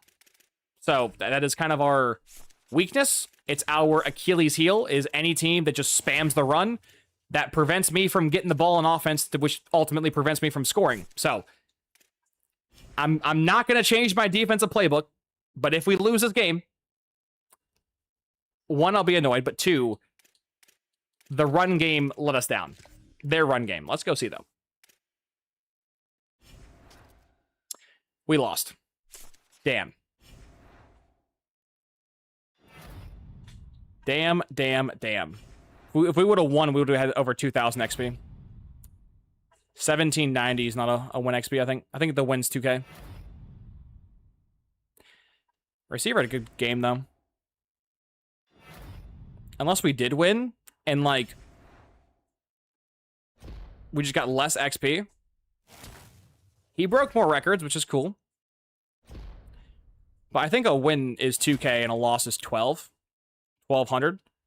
And we got like 17 something, so I think we lost. Or we won. JK, we won. What the fuck? How did I get 1,700 XP then? Why did I get 2,000 XP for the first win, but 1,700 for the second? I'm confused. How'd I gain less XP? Oh my god, it was a 3-point victory. Yep. This shit was close as fuck. You know why it was close, chat? Almost 30 rushing attempts for 128 yards. But we also had 25 carries for 155, so we had a better rushing attack. We were dog shit on third down, but excellent on fourth down. Wow. Dude, that was a fucking hell of a close game. 300, 3 touchdowns, no picks. My RB1 had 141 on the ground. And my QB had 7 carries for -15. I think you have to have a scrambling QB, by the way, with the redacted playbook. Because this idiot is still running the ball as a 70-speed pocket passer. So, I think this playbook is you got to have a scrambling QB. Our defense also really didn't do much. We had no interceptions. We had 1 sack.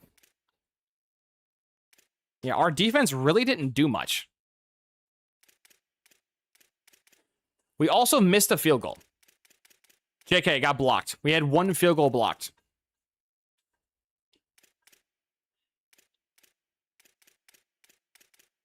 And they had 0.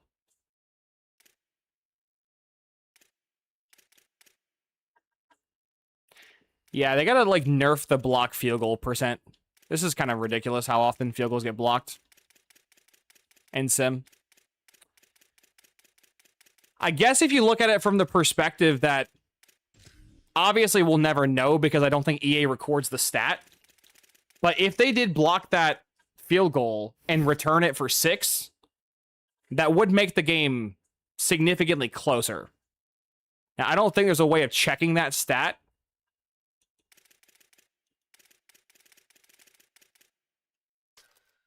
There's not.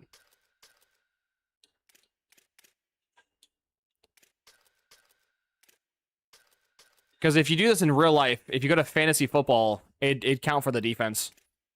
But I don't, yeah, there's no way. I think that's probably what happened, though.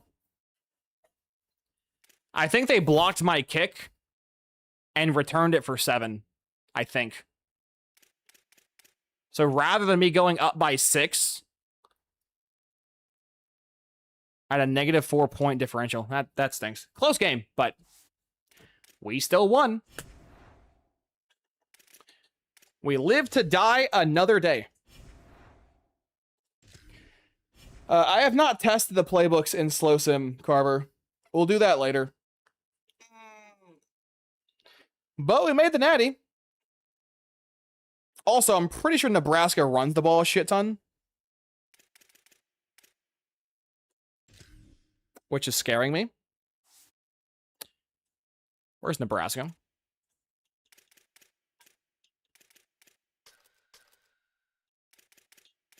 Yeah, they run the ball a lot.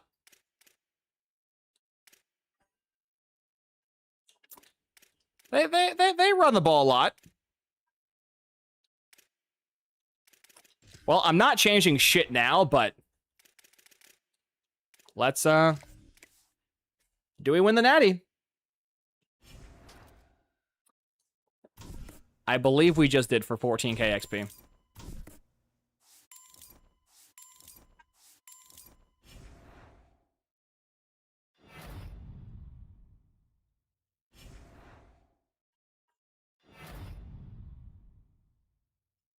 I think we won. 14k is a lot of XP for a loss. We did win, okay. Wow. Did Nebraska just not run the ball? Like, we killed them.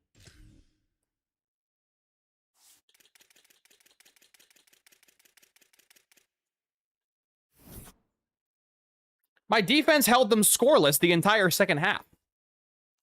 Wow. Oh, they didn't run the ball. Yeah, look at that, chat. They had 21 rushing attempts. Yeah, they didn't run the ball. That's why we won. They passed the ball. Why? I mean, I'll take it. Also, we were 2 for 2 on 4th downs again. Pretty sexy. They were 2 for 3, though. That's not sexy.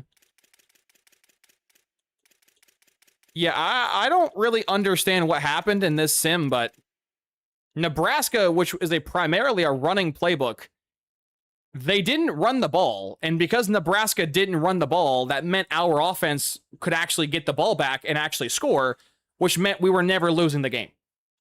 That is literally the only problem with this offense, is that if they don't have the football, they don't score every play, or they score every time they have the ball. They just might not have the ball enough. So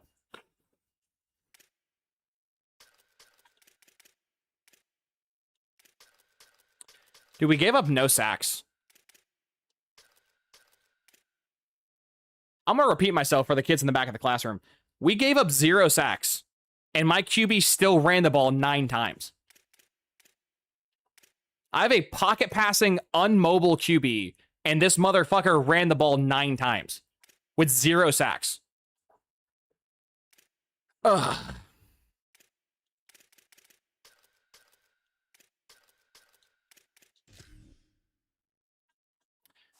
Well, I mean,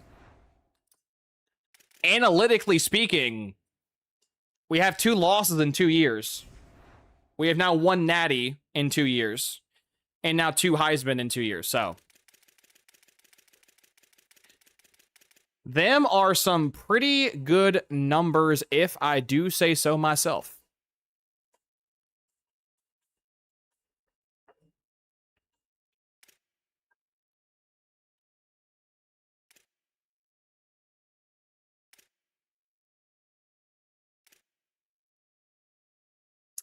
I have an 86 overall normal dev D tackle. No, I'm not paying you.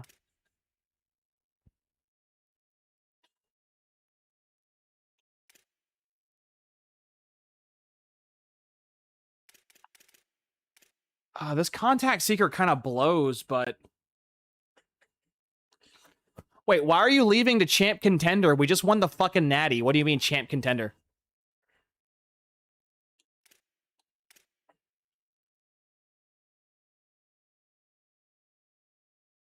I'm going to bring him back, but he's not that good of a running back.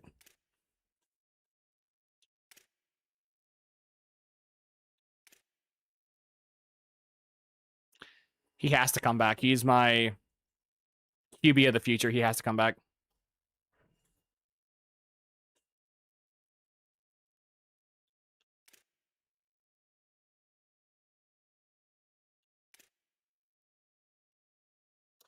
Dude, I am actually fucking broke right now.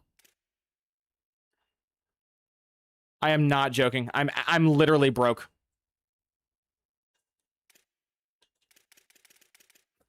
I am literally broke.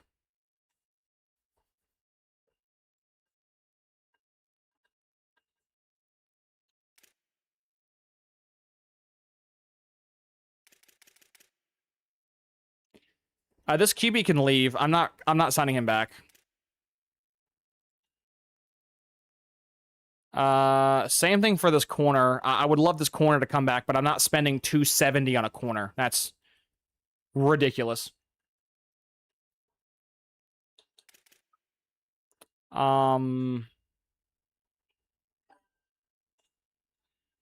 This safety wants like 400. I'm not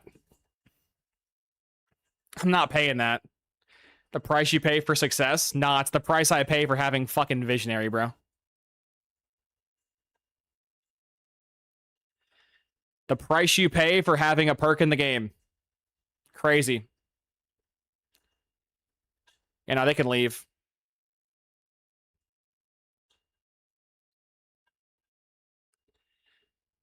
That left guard wants...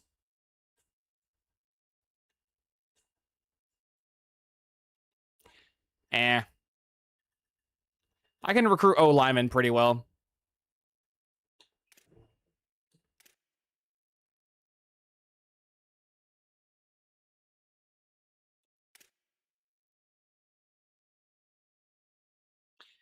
These two want like a normal amount of money.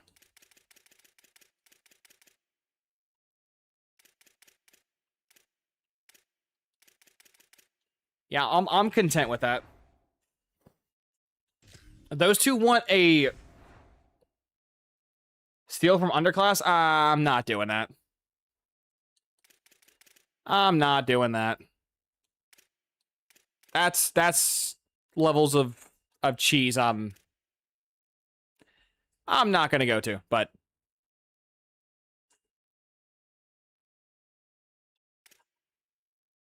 I'm gonna give them the exact offer they want.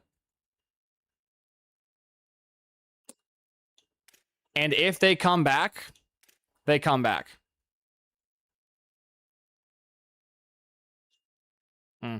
Actually, I lied.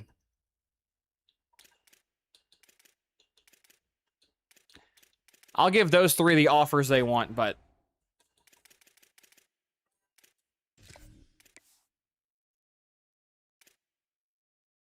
Level of cheese, but you cap breaking. Lol, I don't cap break every player, smartass.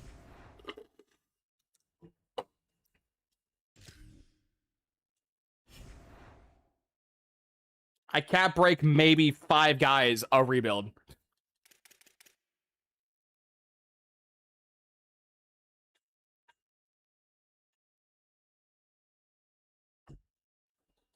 And besides, I still have to pay them. I just move from paying them a later date to paying them next year. Oh shit, he came back. Interesting. Interesting. Okay. So even if it's a yellow, you still have a high chance to bring them back. Huh.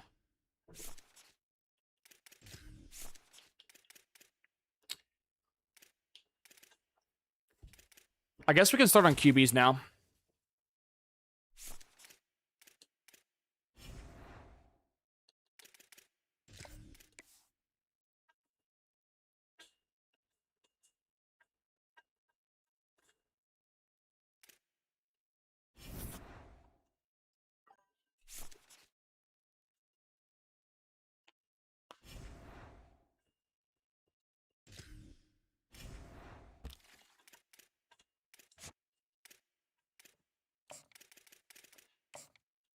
Due to us being financially strapped,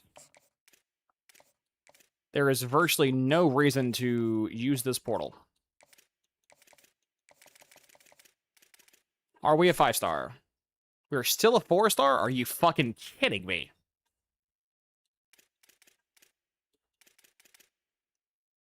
I guess.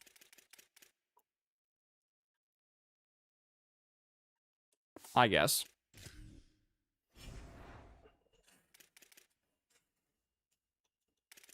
Do I need anything? I don't think I do. I got enough, guys.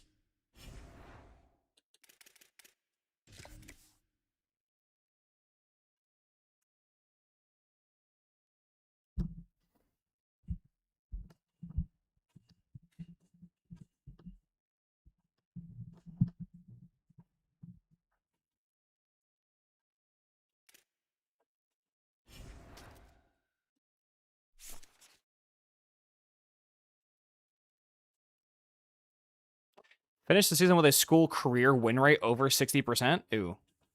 Those two challenges are basically automatic gimmies. That's not bad. The Redacted isn't as good as Boise with a bad team.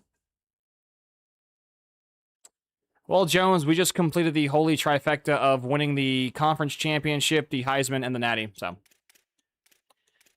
that's pretty good. That is pretty good.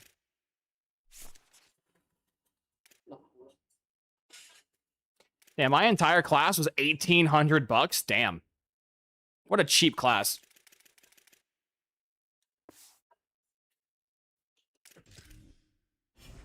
I actually thought I went over my budget, ironically enough. My budget's about $2,500 per year, so. In my brain, I was like, I went over budget a little bit. Really did not. By bad team, I mean year one of rebuild? I mean, maybe. Maybe. Here's our future stud, by the way.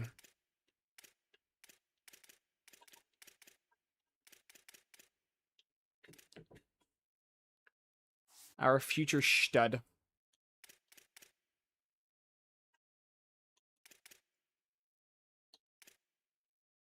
This dude's an elite dev quarterback? Oh, that's awesome.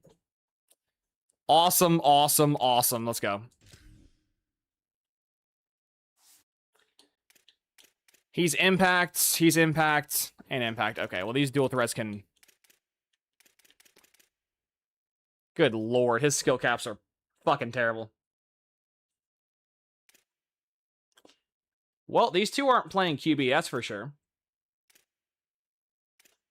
He's 6'3", though.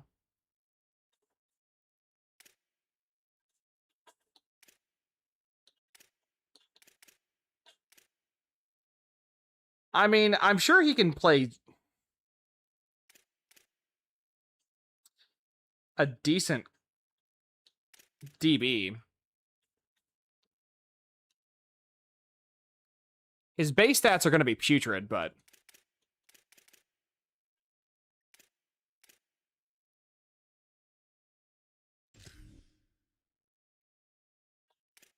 If he just doesn't start year one, he could probably be fine in the long term. Holy shit, my secondary is so old. Holy shit.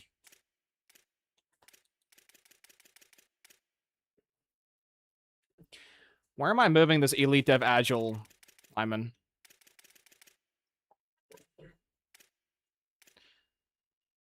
Probably...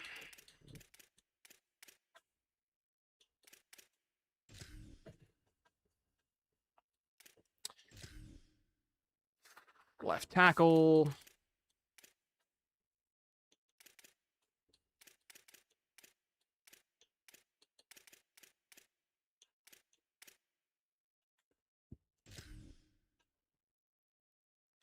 Yeah, actually, do I want to even put him on the O-line? I might have enough to make him a D-line fiend.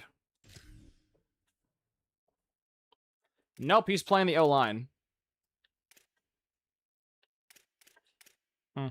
Actually, I lied.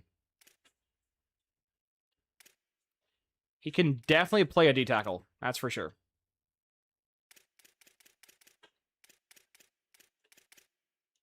Ooh.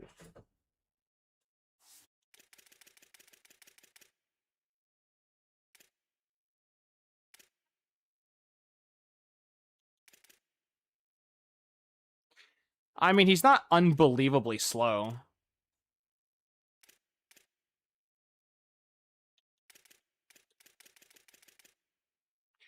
I retract that statement. He's pretty slow.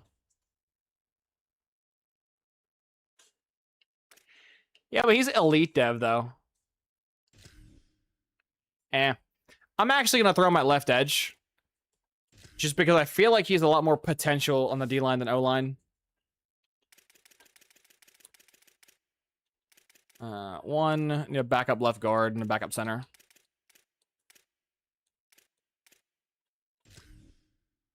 Left guard.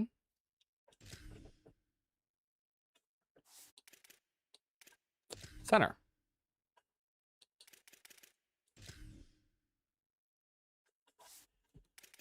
Two, 3, and 3.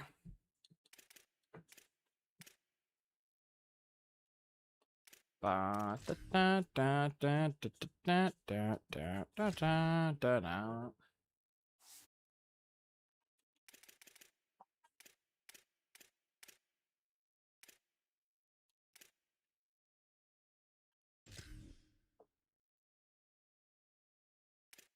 Hmm. Eh. He's an edge setter, yeah, but he has really good finesse moves. I was hoping I could reset him to being a speed rusher, but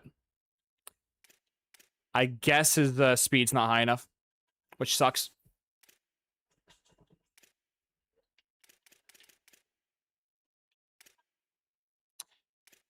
Our D-line's gonna go crazy this year.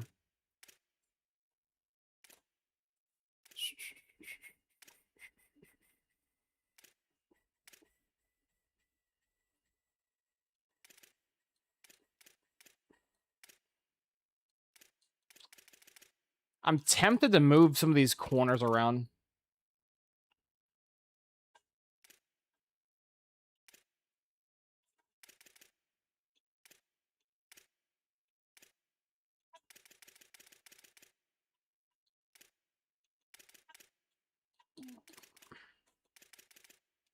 Got 1,000 senior running backs. I wish I'd pay it forward for the RB category. Oh, I do. Never mind. When those, like, 15 running backs get drafted, that's going to be so much XP. I'm going to try to get one more season in, chat. But so far, we have 2 losses in 2 years. We have won 2 Heismans. We've won 1 Natty. We've won, technically 1 conference, but we had 1 loss last year and didn't make it, so.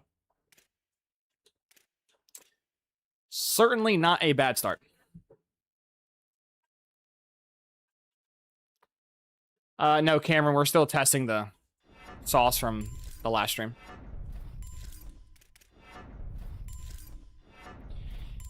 It's not bad. Only downside is if you get matched against a sim playbook. Redacted? Yeah, redacted. The only downside is if you get matched against a running playbook, right? We lost to Notre Dame in a very painful game last season. This year, we had close games with Miami. We had close games with Florida State. There we go. We had some very close games. And the reason why they were close was due to the fact that CPU just running the ball so much. So this playbook isn't foolproof. If you just don't get the ball in offense, you can't score. So, but that's more of a defensive problem, not really an offensive problem. Back-to-back Heismans is pretty good, though. Pretty clean.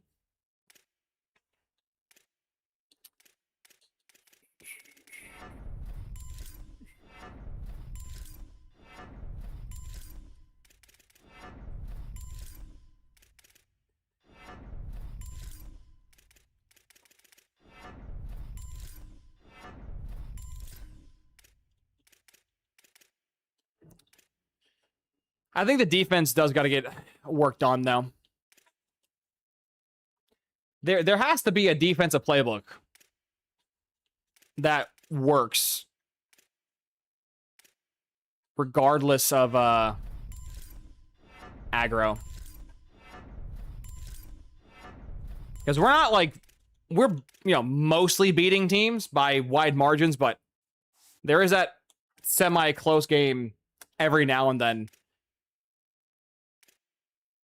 Like, example, in the Ole Miss game, in the playoff game we had versus Ole Miss couldn't score a point the entire game, and then in the fourth quarter, they scored several. So if we could just figure out what's going on in the fourth quarter to help stop that, then it'll be massive. Like, literally, they'll score 0 points or 3 points through the first, second, and third quarter, then the fourth quarter kicks in, and they're just magically on fire, so. That happened several times last year to, again, make the games closer, but they weren't that close to begin with, minus the fourth quarter, so.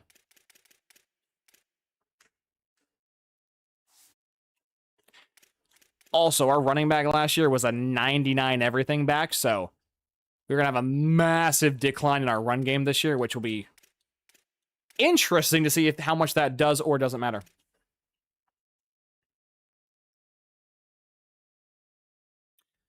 Cameron, sometimes the close games aren't always just run teams. Like, example, Nebraska. We played Nebraska in the Natty, and they didn't run the ball at all, so I don't know what the rhyme or reason is, but if you play ooh, he's a senior? Ah, shit. I think hands was the thing we have to upgrade the most on him. Not like he carries the ball much, but the other stuff just doesn't upgrade his overall, yeah. I mean, with Visionary, he's 100% draft eligible, but not the best fullback we've ever made. That's for sure.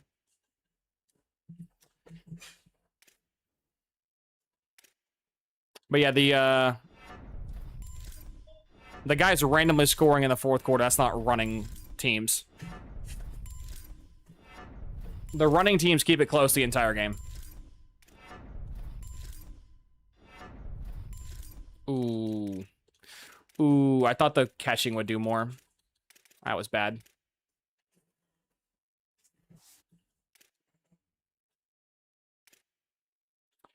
So yeah, running teams keep it fairly close.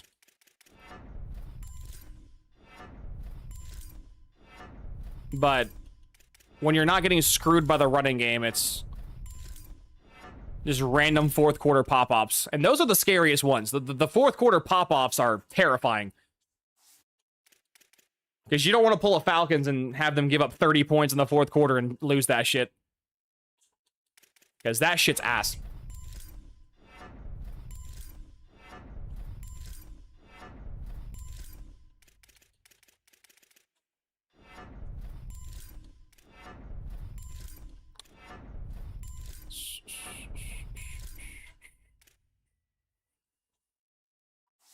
Jones, I tried a couple, but it's just so finicky. Blew out Georgia 55-24 in the conference championship, then lost to them in the playoffs 45-38.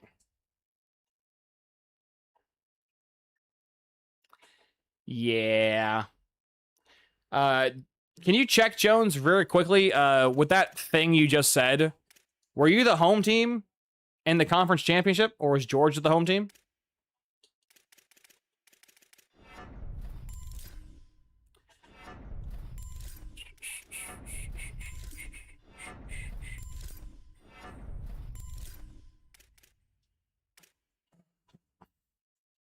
Because sometimes it changes from neutral sites to home and away games.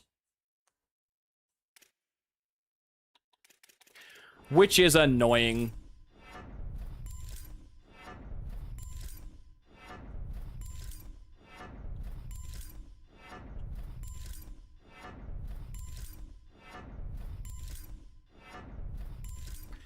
But I can safely say I think we have the offense. For sure. I think the offense is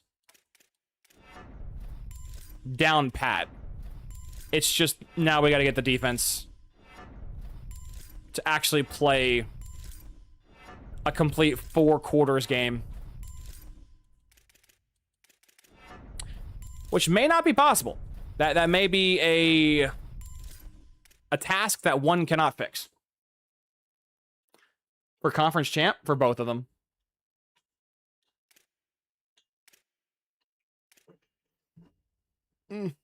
Because some teams get a home and away buff. So if you think about it, if a team randomly accidentally glitches as the home team, they get the home team buff, which would explain why you lost. It's not every game, but it happens far more than you think it does. Ooh. Wait, what are you exactly? You're a gadget guy. So we can upgrade everything but your elusiveness. Got it.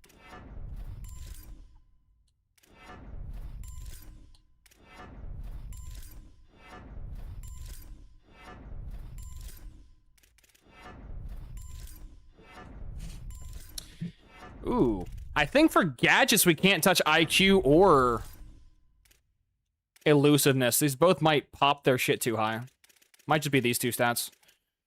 We'll figure out next year, though. Yeah, if you're curious, the home and away buff you get in this game, it's supposed to be like 15%. The home team's supposed to be like 10 to 15% better than the away team. Which, if your overall is high enough and your players are good enough, you can, you know, offset that deficiency pretty easily, but if you're playing two really close opponents... Yeah, Cameron, I put you guys, or say you guys, I don't know if you're in the stream, but I did expose that like 2 weeks ago. Someone came on my stream and said something about how gadget... I forgot how the conversation went, but someone on my stream several weeks ago were like, gadget players are something, and I'm like, dude, just upgrade their elusiveness. And I showed him on my stream. I had like an 83 overall gadget receiver with max catching, max route running, max speed, and then upgraded elusiveness, doing from like an 85, 84 overall receiver to a 99 and like 3 upgrades. It's absolutely stupid how the elusive receiver or the gadget receivers upgrade from elusives. Another thing is this year we don't have like a super bona fide #1 wide receiver stud. Ban Entwine is not that bad, right? He's not a bum, but he's not that good. So maybe we have a decline offensively this year because our #1 receiver is not a 98 overall super stud.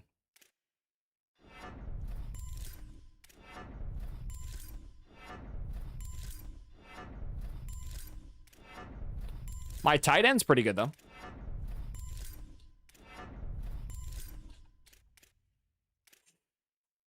$17 likes. Appreciate y'all. Kind of irked that we won the Natty, we won the conference, and we won the Heisman, and we're still a fucking 4-star program. That's kind of irritating, but I guess we'll just have to fucking do it again. We win another Natty, win another Heisman, and win the conference again. There is no way they'll slap me in a 4-star program again, right?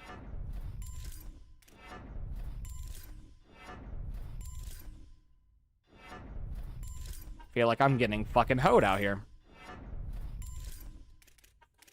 But the real answer is just my academics is so bad, and my campus lifestyle is also so bad, so makes it hard.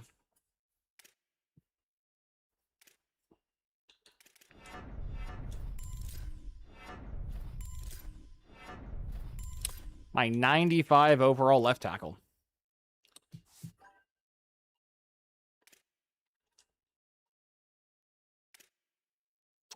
He's a true sophomore, so he can't leave anyways. Let's just max him out.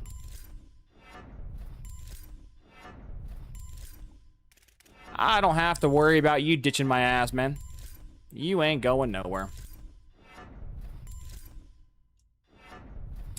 Jones, maybe the ghost nerf defense, because ever since the update, I can barely manage anything less than 20 points per game on defense. My defense is just kind of what it's always been. I held Duke to 0 points, and then the very next week I gave up 30 to Wake Forest, so I don't think they sneak nerfed defense. I just think it's just super finicky.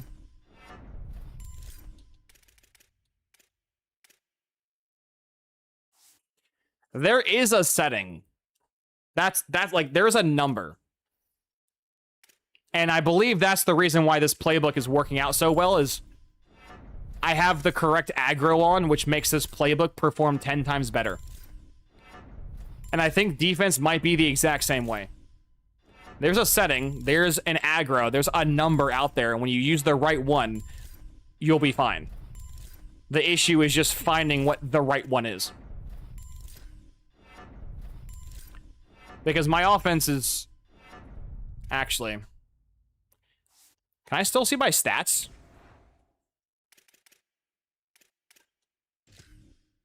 I can't do my individual stats because I had guys get drafted, but I averaged 42.6 points per game. Wow, LSU was cooking, man. Dude, LSU was cooking this year. Holy shit. I wonder what their offensive playbook is. But, yeah, we averaged almost 43 points per game, which is not bad. And through the entire playoff, we scored almost 700 total points. We had 8,000 yards of offense, which is almost 1,000 more yards than our number 2, which would be Utah. We averaged...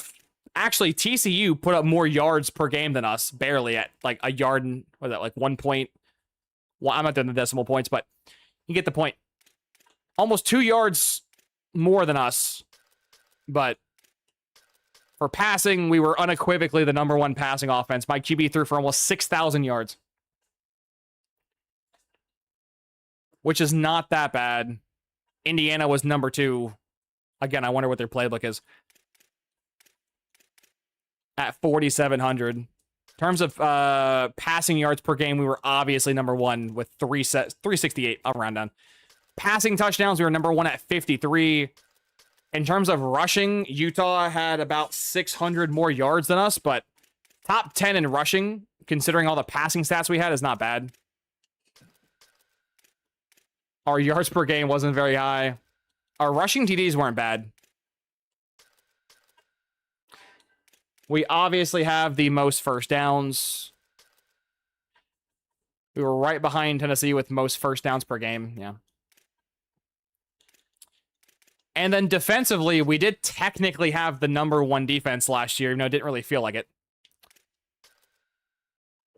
Fresno had the best defense last year. They gave up 200 total, 204 points, followed by Boise, Akron, UAB. So... didn't really feel like we had the best defense, but statistically we had one of the better defenses. UNLV had the worst, though.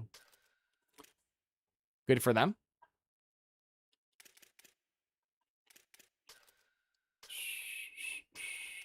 We gave up like an average amount of passing yards.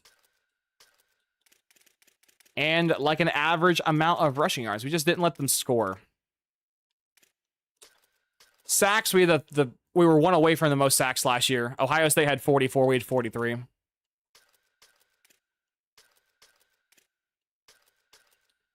Interceptions, we weren't even top 10. Damn.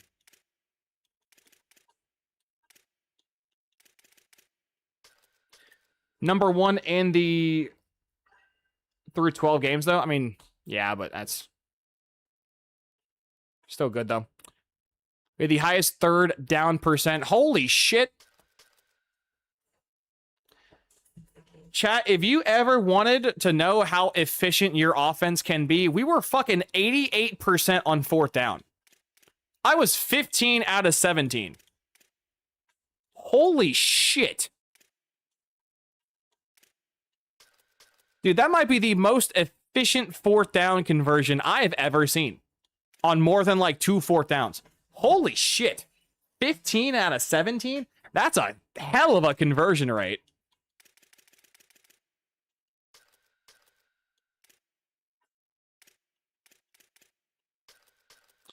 Shocked to nobody, we scored the most red zone touchdowns. We were second to LSU in terms of... You know what? I'm about to go check real quick what playbook's LSU using, because LSU is putting up crazy-ass numbers. And I want to see real quick what playbook they have. There's no way that it's still LSU's default playbook. We're 10 years down the road. JK, I lied. They are still using the generic LSU playbook from Lane Kiffin. How Lane Kiffin is still there 10 years later, I have no idea. Maybe I should go try the LSU playbook.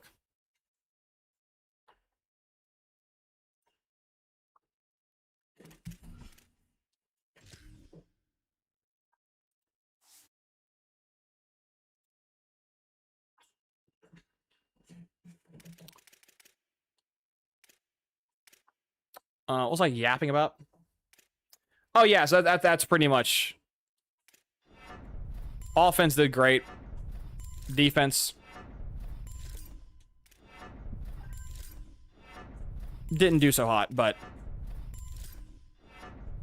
Now that we have a functioning offense, it makes the defense that much easier to play around with because, again, we have the offense, so.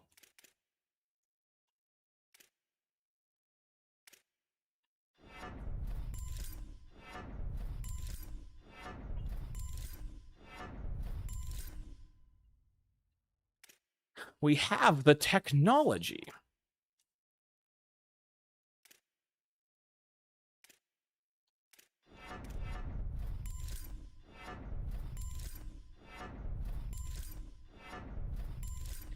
If you know what games that is in reference to, then good on you.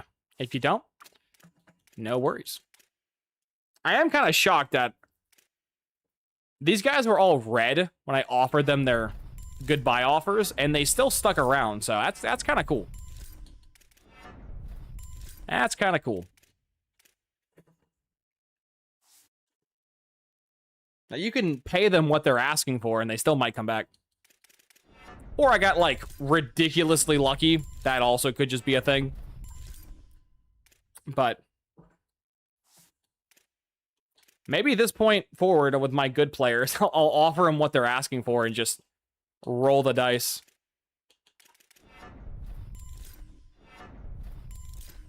See if I can steal a good commit here and there.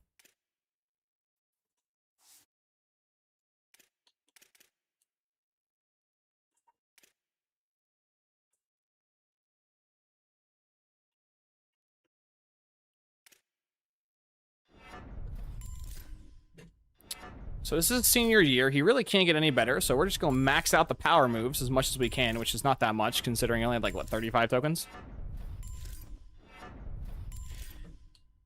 Low overall. He's very weak and very slow.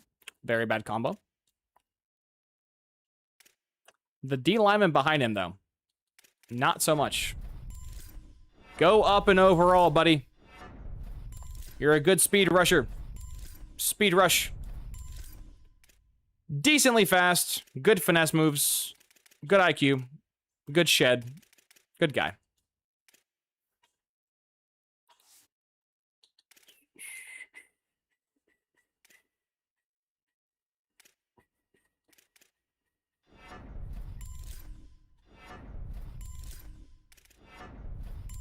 I think what I'll do for this next year of recruiting, because our depth is kind of not there for various spots on the team, I might just go after the 5-star gems and not go after any other 5 stars, and then just finish the rest of the thing with 4 stars.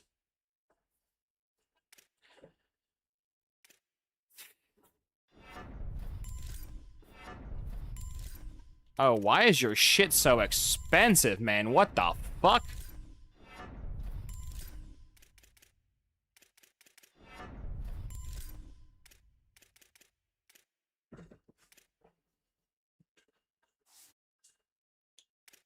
His shit's expensive as hell.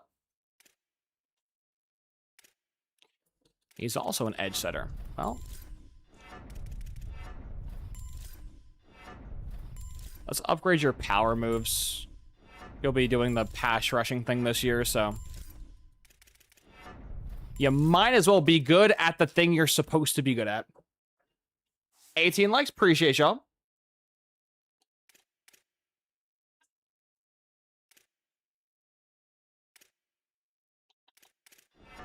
He's so far from starting. Let's just go ahead and get the speed IQ going.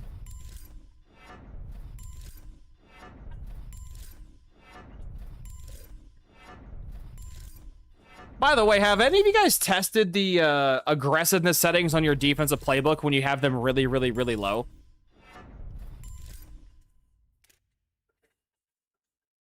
Because, like, normally I fix my issues by just going really high. But, like, have any of you guys tested what, like, 5 aggro does on defense?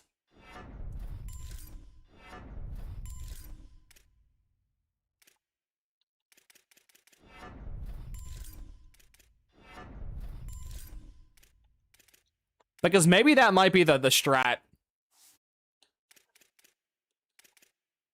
But I don't know, though. I feel like if you run your defense super conservative like that, aren't you just promoting the AI to come back on you? This is why more testing must be done for defense, but See, if in my brain, what's happening is these random fourth quarters are happening where they're scoring a bunch of points because we're playing like prevent defenses, and the CPU is just, you know, going full steam. So obviously prevents. I don't know. I normally go high aggressiveness just to always blitz because blitzing typically works very well against the computer, but maybe the wave is not to do that. I have no idea.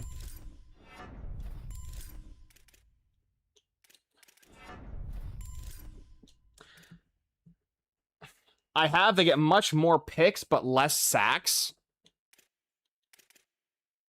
Huh. If you're getting less sacks but more picks, that would imply that they're coming out in prevent.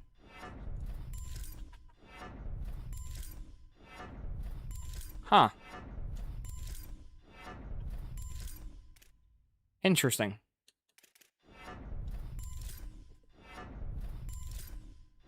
And closer games? Oh, that's not good. We don't want that.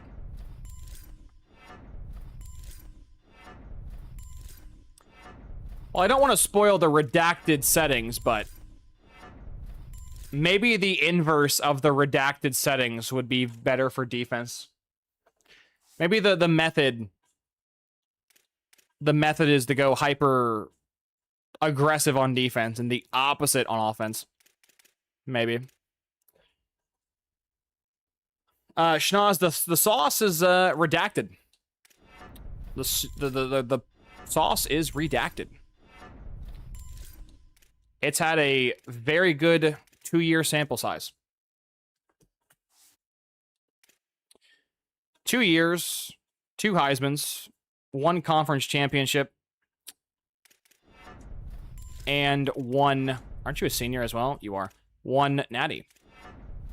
So, pretty good 2-year sample size. Pretty good.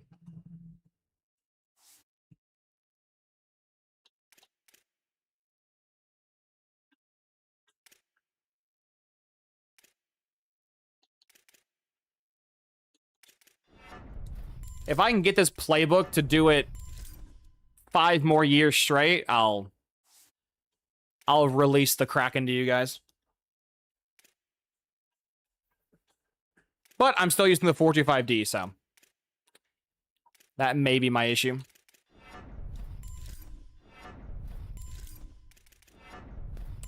Maybe the 425 is just not good enough. It's good, just not good enough. Because what made the 4-3 multiple last year the best defense in the game, it was because it had the most plays for the most things.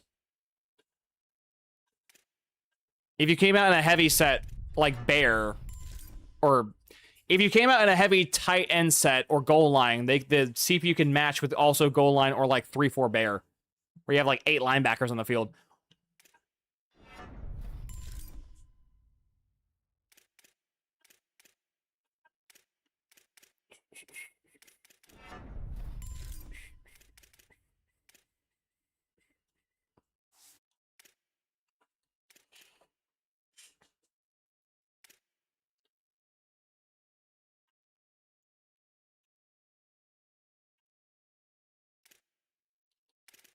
Well, that's not going to fix our problem now, is it?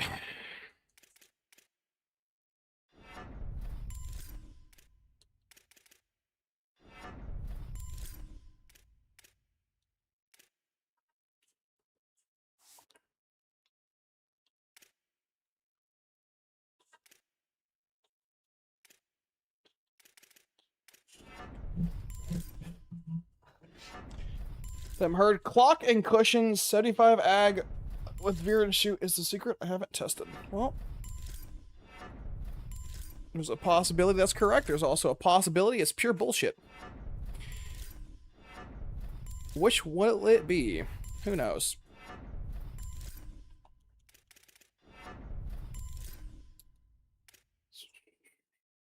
I tried like 25 aggro offense, 75/100 defense, and it was pretty good. Just lost random. Yeah. Well, I think the playbook I have offensively will mostly prevent that, but we'll see.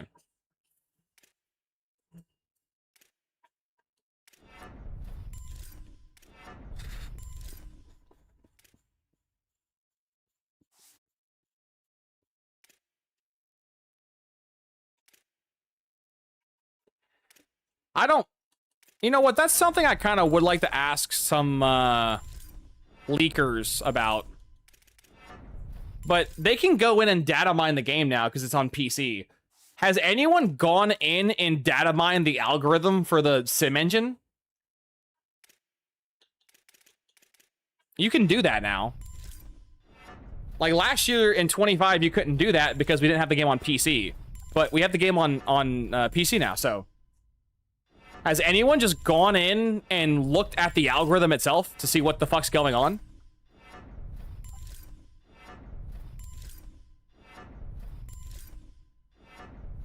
Why does this linebacker have 91 man, but 84 zone? What in the fuck is going on here?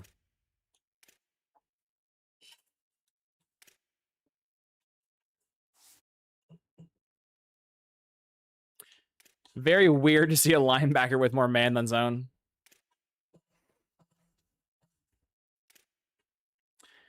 But yeah, if someone just goes in and finds the fucking formula to how simulation works, we could take all the guesswork out of like what's going on and just go actually see it.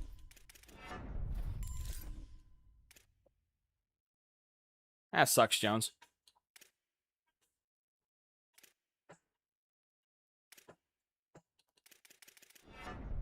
Like, obviously, I can't, like, read the files, right? I'm console, not PC. But, like, I kind of feel like there's a, like, 10 to 20% chance with every game you play where the game's like, you just lose.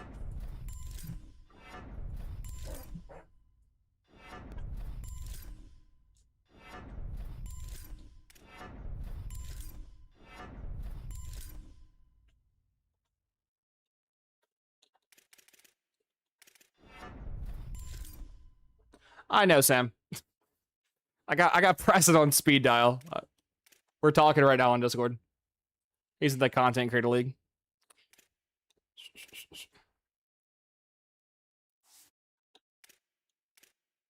Good guy. Good guy. Good and nice.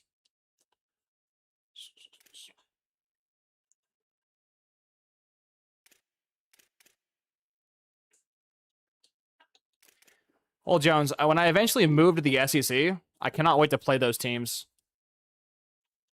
Oh, perfect. Hey, Tracer, how you doing?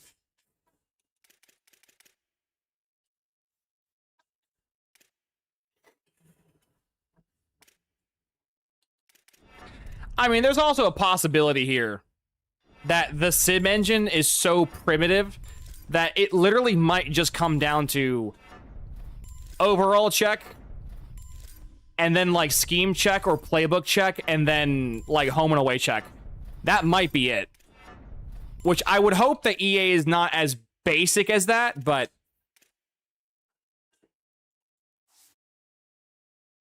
it might just be that.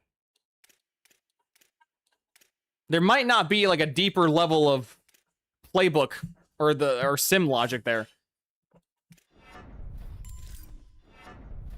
Which would be so funny. That would be very funny.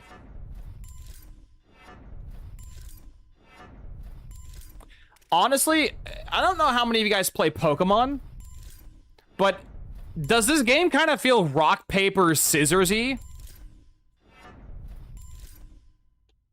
Or, like, am I crazy?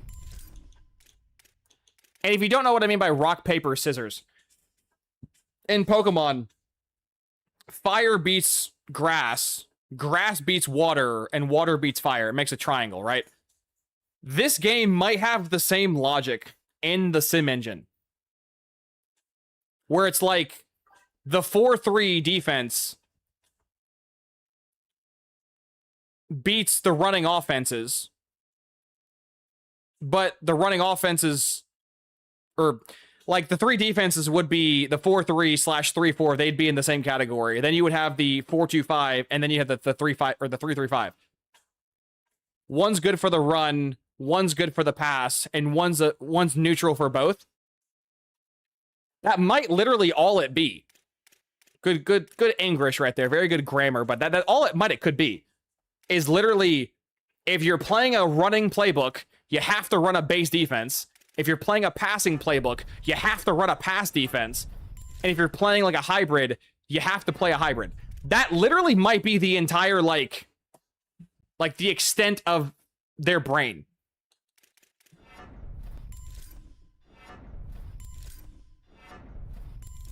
And the reason why pretty early on in this game's life cycle, everyone came to the conclusion that the 4-2-5 was the best playbook. It might not be the best playbook, but they might have came to that conclusion because most teams in college pass the ball a lot. Right? If you think about it, logically speaking, most teams air that hoe out. So if they air that bitch out, that means for most situations, most of the time, the 4-2-5 is the best one you can have.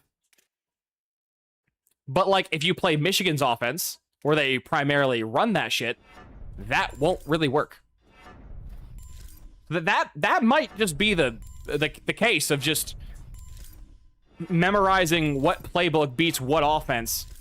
And I would also assume the same thing applies for offenses to defense, right? Like the veer and shoot probably beats like base personnel like 3-4 and 4-3, which would make sense why the veer and shoot has high numbers, is because most playbooks in this game are either base 4-3 or 3-4. But then if you run like an air raid, you're going to get countered by the 3-3-5 or the 4-2-5. And I have zero like proof of that idea. It's just a concept I stitched up. The reason why some teams might just give us some problems has nothing to do with our players. It might just be the playbook.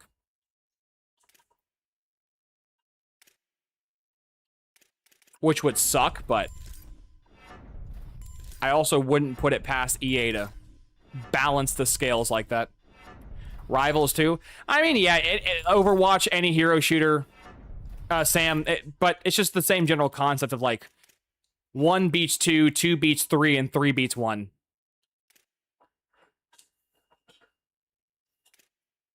This game is mega rock, paper, scissors. I don't know if I can say that definitively yet, but it wouldn't shock me if it was. For sure.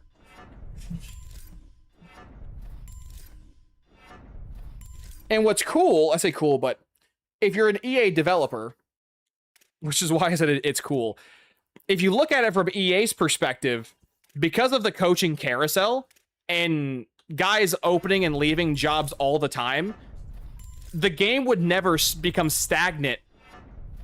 Because when Joe Schmo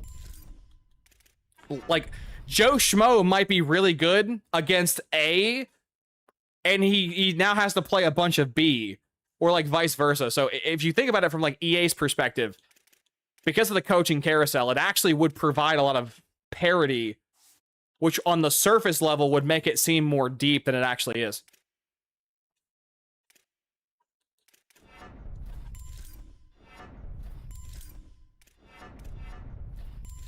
I'm really hoping it's not the case, but it might be the case.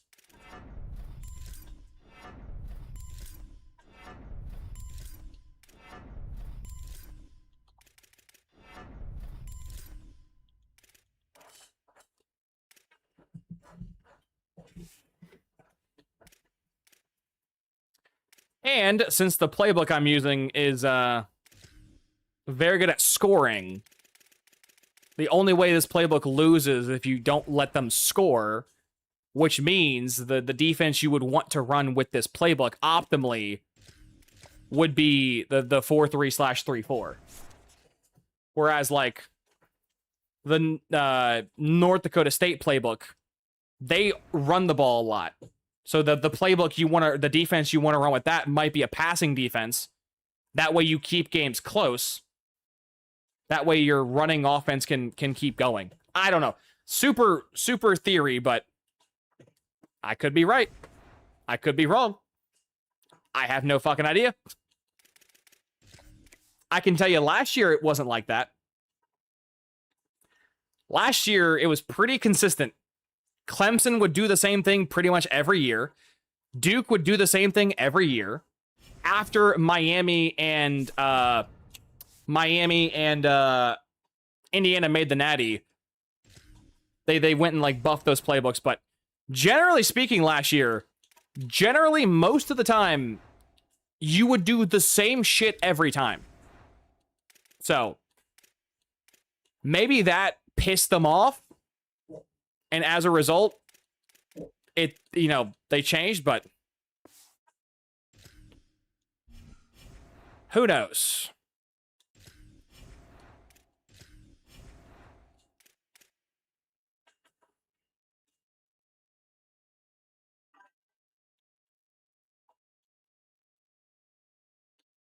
I need to buy this facility upgrade. I just don't know when I'm going to have 3,000 NIL lying around.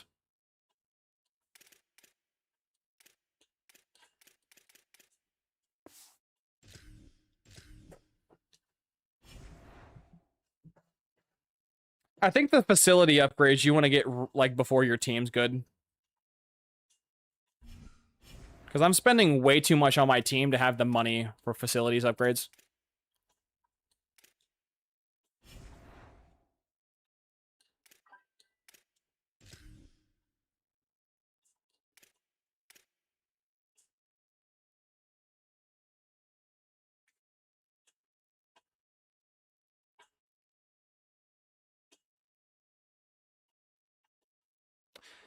Jones, Scheme Guru doesn't work like that. Scheme Guru is put in the same category as abilities. If you don't physically watch them activate, they don't activate.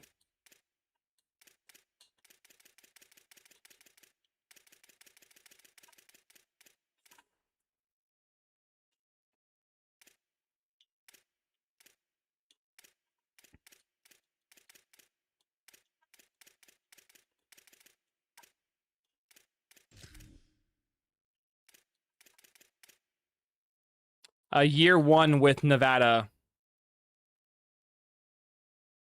I went 8 in something or 9 in something, and then year 2 we won 4 games. So that just happens.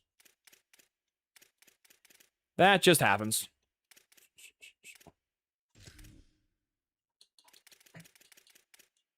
I get Clemson, I get SMU, I get Miami again. Okay, we have a fairly challenging schedule.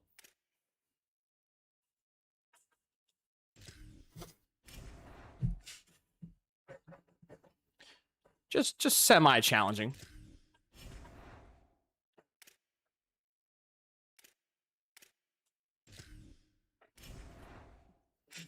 But I will tell you though, Jones, for specifically slow sim, it's slow sim and gameplay. Scheme Gurus are kind of crazy. I'm a big fan of Scheme Guru. It's one of my favorite perks in the game. It's just unfortunate that it's locked behind Tactician, which is just bad. That's an 87 speed D-tackle. Holy shit.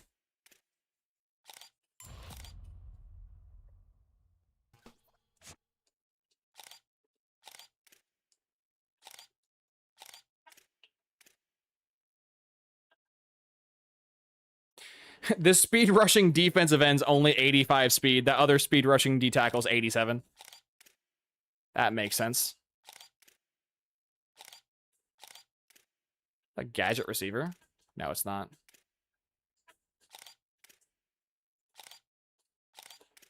Yo, can any of you guys pop, please? Am I about to have a 5-star class with no gems? Thank you.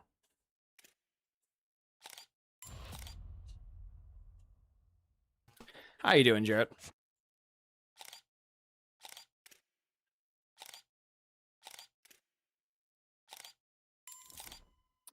Hey, another gem. Finally.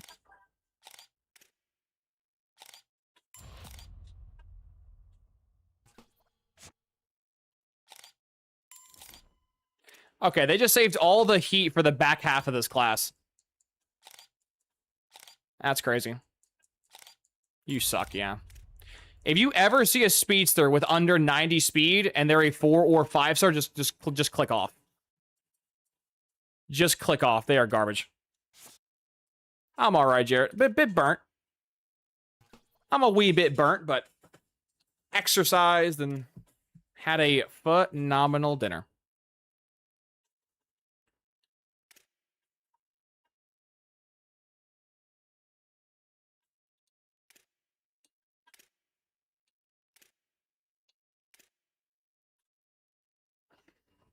Dude, this edge rusher kind of blows.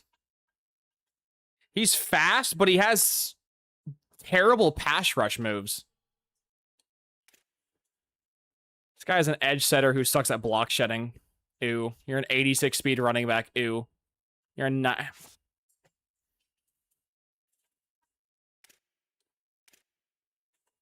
You're a 90 speed bump and run. Ew.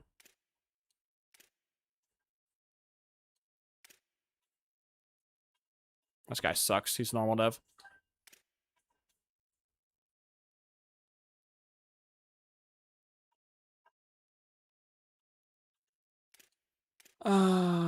90 speed, man. 90 speed and bad coverage. Ew, get off my screen.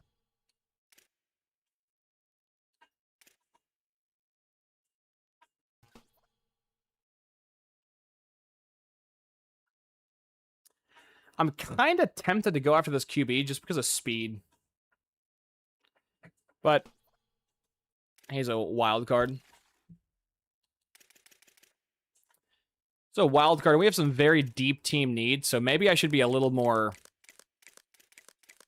restrictive at who we do and don't let on the bus.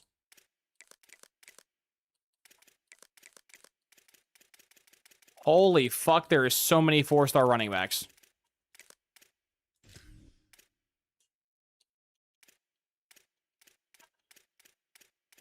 .91 speed. Yeah, I know he's fast, but he can't really throw the football and his throw power sucks.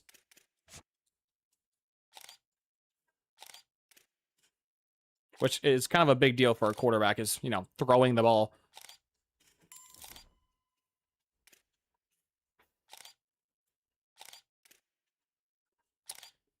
Yeah, there's way too many running backs for me not to find 4 good ones.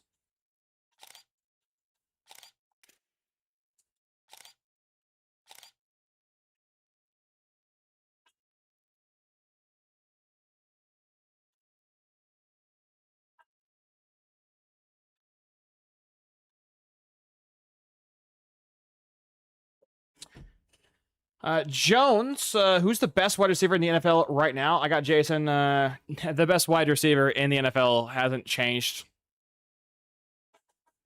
The #1 best receiver in the NFL is still Justin Jefferson. He just doesn't have a quarterback, which is very unfortunate. And the #2 is still Jamar Chase.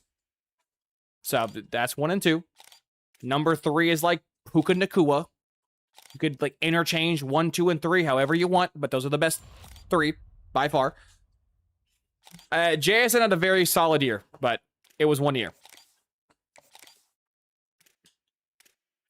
It was 1 good year in a very pedestrian offense. That's... Do it again.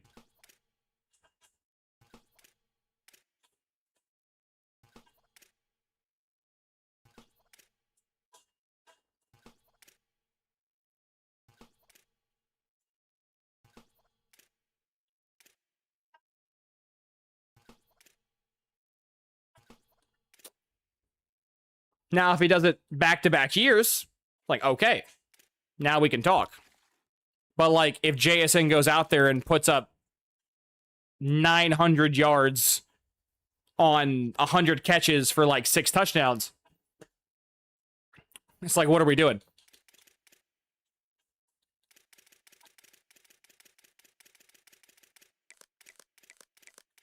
It also helps that there is literally nobody but him in Seattle to catch the ball. They don't have a wide receiver 2 or 3. They traded for a fucking kick returner to help play wide receiver 2 in Rashid Shaheed. Which, I'm not saying he's a dog shit receiver, but like, he's not that good at playing receiver. He's not meant to play receiver. He's a kick/punt returner for a reason. So,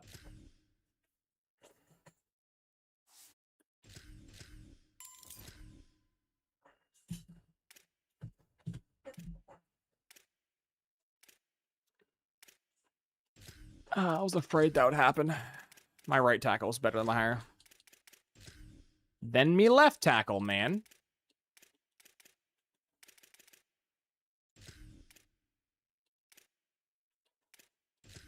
Actually, the same overall. Got mentored by Cooper Kupp. Dude, I even forgot Puka. I even forgot that washed ass what's his face was even on that team. That's funny. What an awful receiver duo. Not even duo. What an awful receiver trifecta. Washed ass Cooper Kupp with a kick and punt returner who's just there because he's fast and can juke and spin. And then JSN. That's a putrid area of the field. But hey, you don't really have to have a good receiving core when you have, you know, a great defense in Kenneth Walker, so. Not going to blame Seattle for knowing the limits of themselves.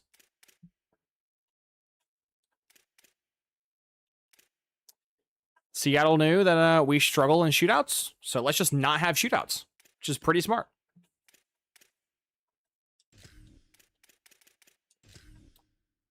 That is pretty smart.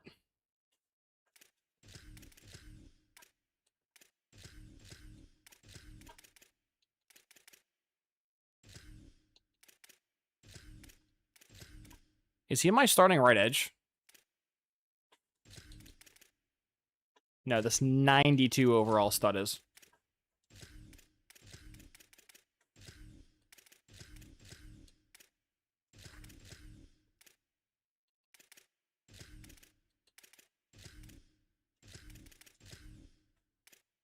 So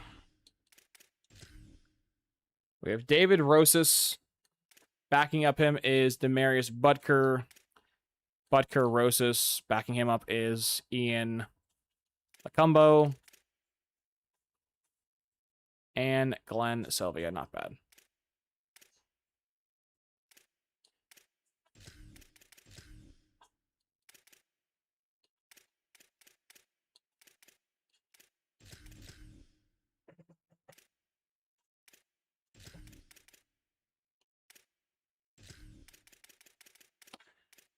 Do I not have a good will?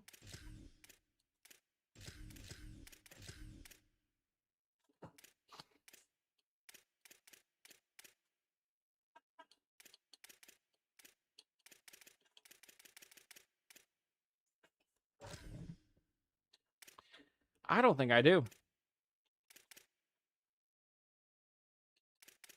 I think the gap between my 91 and the 86 is so large, I'm just going to have the 91 play out of position, and even with the penalty, still probably play better.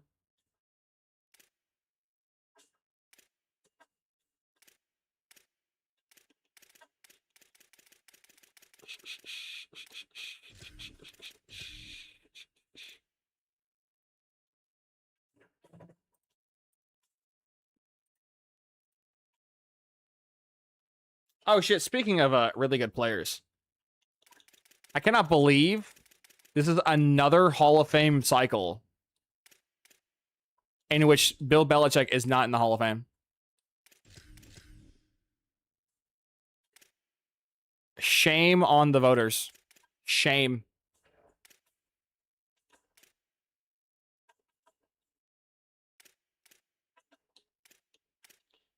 No honor.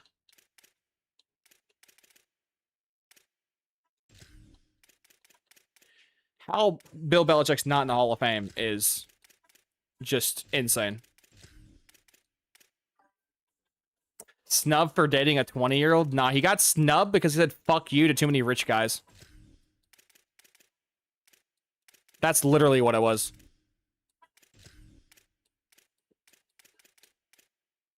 He just told too many rich people to go fuck themselves.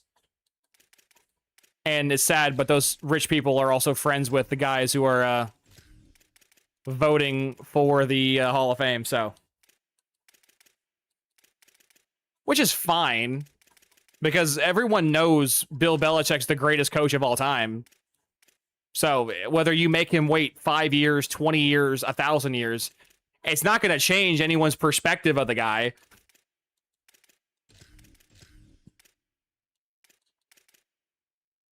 Like, I don't think there's going to be a single human being being like, damn, Bill Belichick didn't make the Hall of Fame. I guess he sucks now. It's like, no, that's not how it works. He's still the best coach of all time who got absolutely backpacked by the greatest QB of all time in Tom Brady.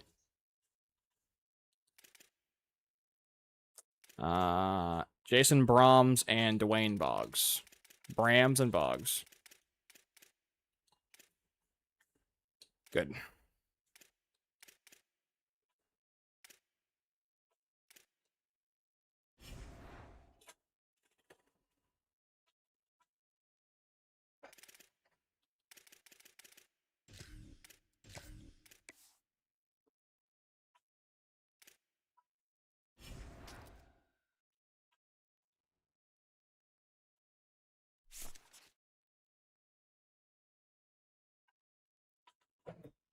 Win 80% of your home games, it basically means lose one. Which, hopefully the number is 0, but I guess.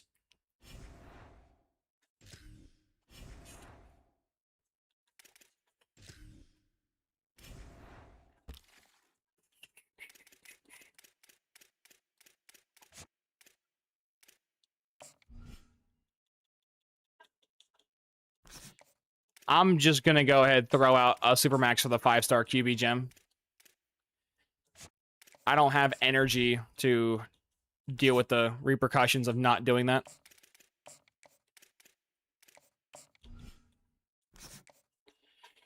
Knowing I'm going to probably give them the max anyways, so. I forgot we got extra hours now. I need to pay attention, chat.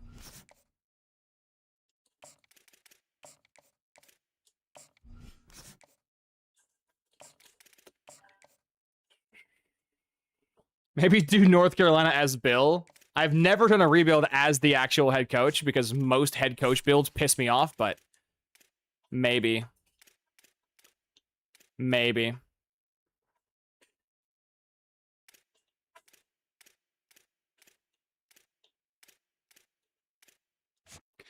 I'm giving this guy the bag.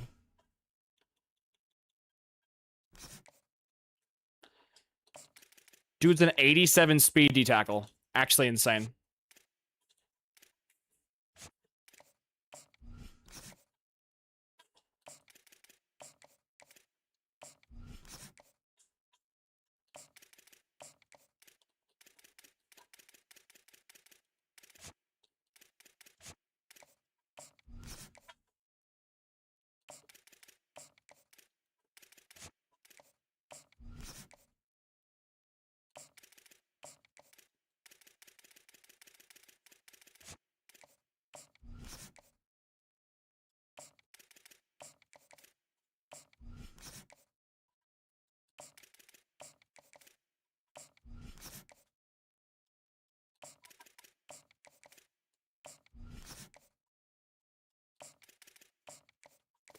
Ooh, I might have no hours left. Sweet.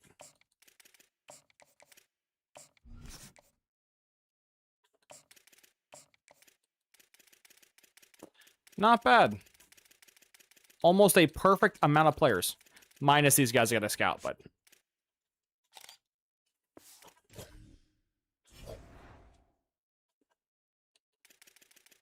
Next.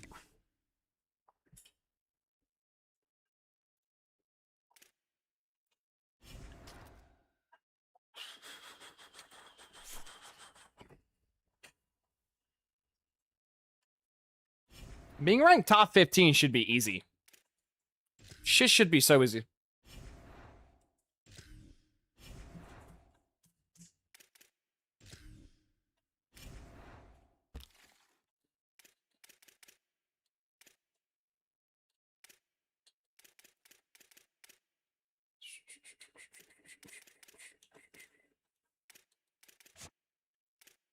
I still got 95 hours to scout too. So when I find gems like Alphonse Flavors, call him Crest, the way he be putting flavor in your man's mouth. No, man's. No, your mom. Your mom's mouth. Oh, God, I fucked the joke. Also, 98 speed back from Florida, by the way. Okay. See, this is what I mean by, like, pause. Yeah, I had a really good one going there, Jarrett. And I fucking choked it.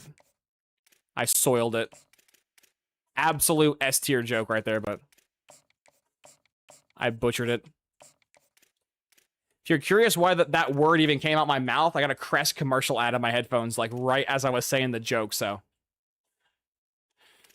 Ugh.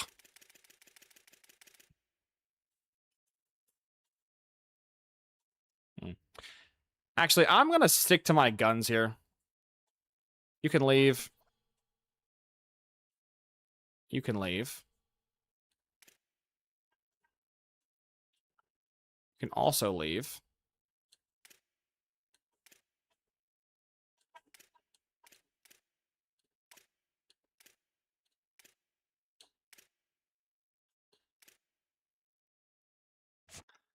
Ooh, can you, like, not Penn State?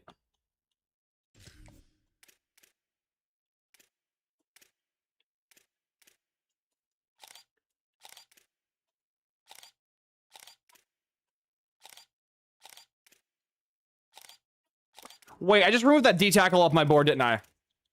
No, there he is. I was gonna cry. I was like, no!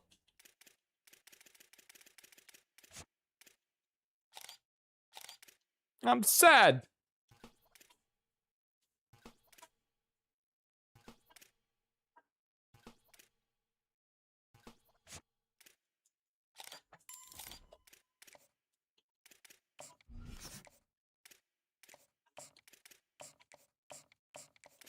Yeah, the 4 stars are kind of where it's at.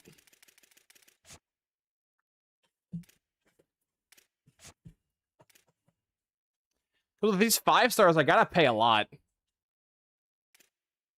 I don't really have a choice to underpay a 5-star. Not without the rest of my build. I don't have lasting impressions or any of that yet, so. Kind of rough.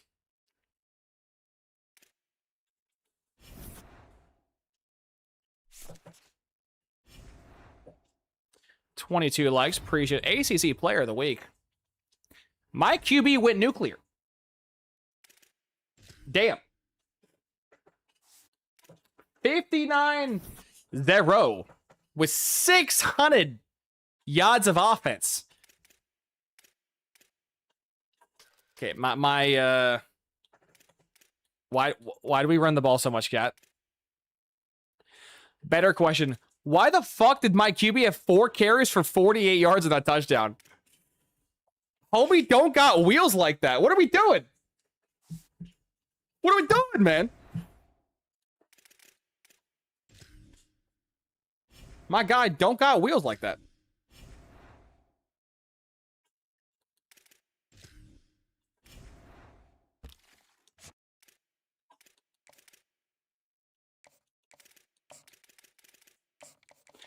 There's no way it's anything else, right? It has to be that. Fuck you.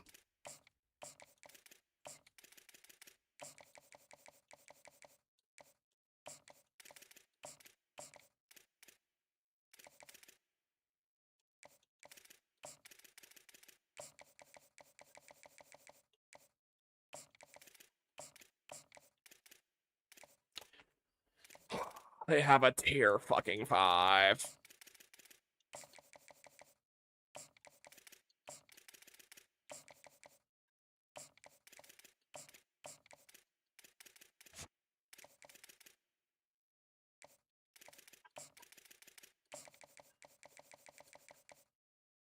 There's no way it's not that, right?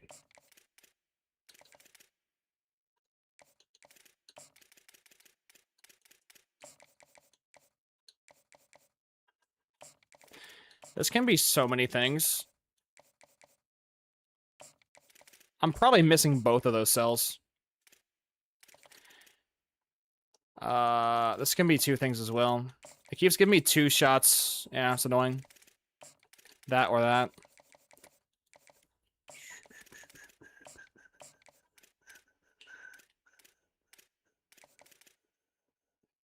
Damn, you gave me nothing to work with?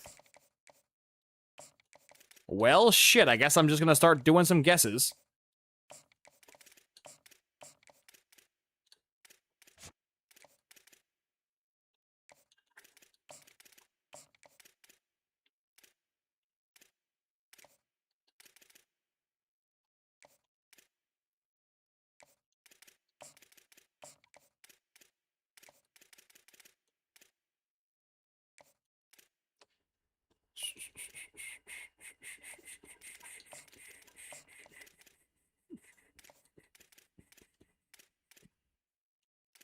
I could do left guard, QB, tackle, running back combo.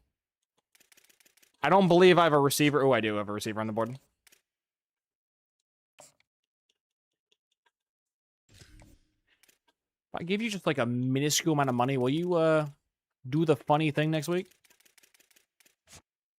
Do I have to pre-prep? Ooh, I mean, not really. I got a week 4 one for Duke, so we're good. We're good.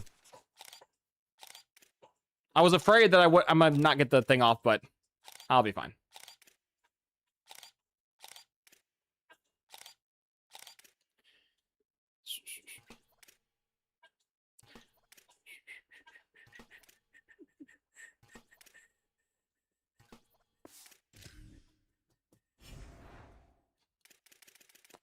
Time to die, Yukon.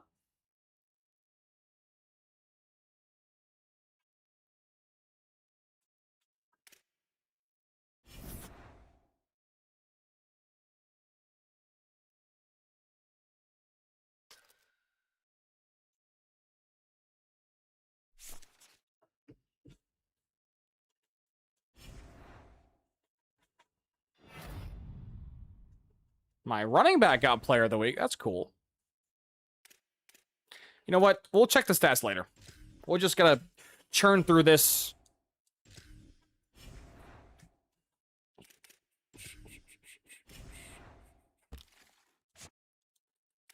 Oh no, I got locked out. Anyways.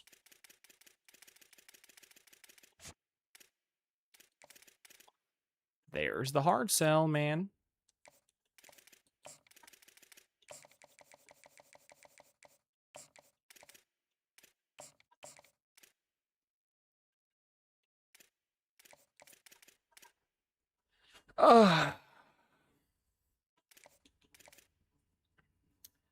I could certainly week 5 this.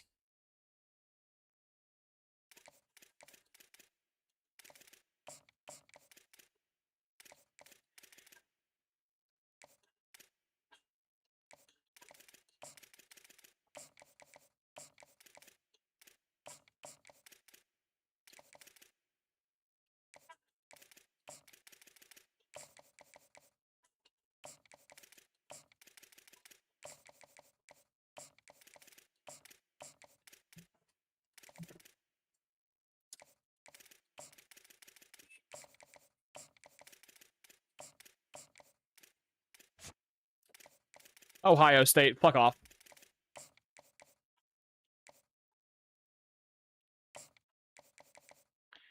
We'll do QB. We'll do the tackle.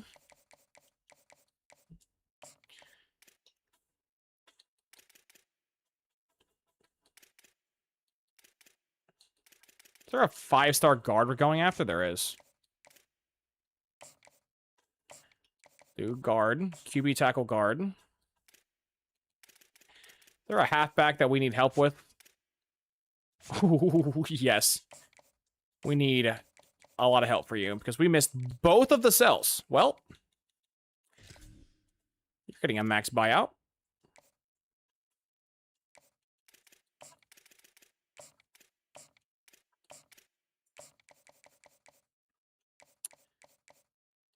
Wait, what is it?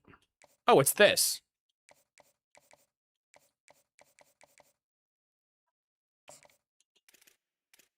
Well, as long as we can... Okay, that's... Utah, what are we doing?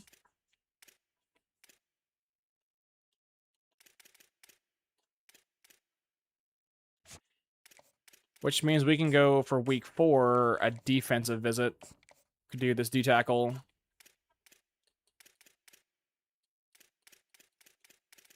Okay, pretty ass week, Beastly, but... You do D-tackle, linebacker, safety?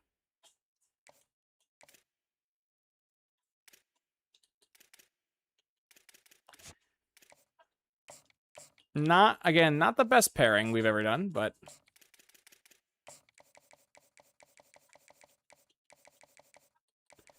I skipped it. Fuck.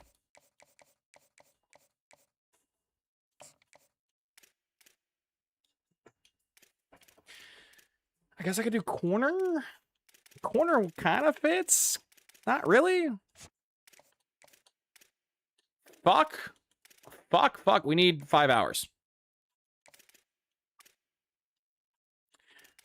Which one of my linemen can I sacrifice 5 hours off of?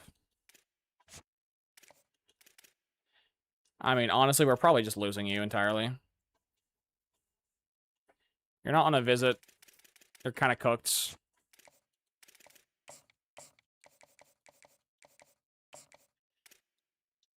This is turning into a clusterfuck.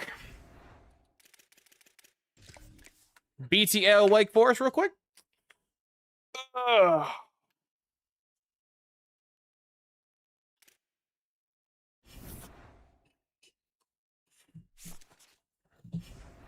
Sucks having the 80 challenge that displays what rank I am, because I will never, like, it'll spoil whether or not we win or lose any games. Which stinks, but oh well.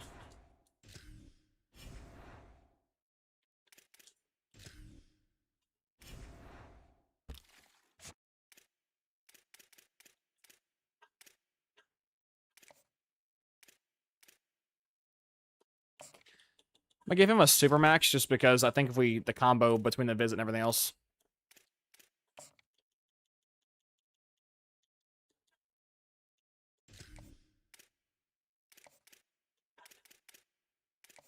He's gone.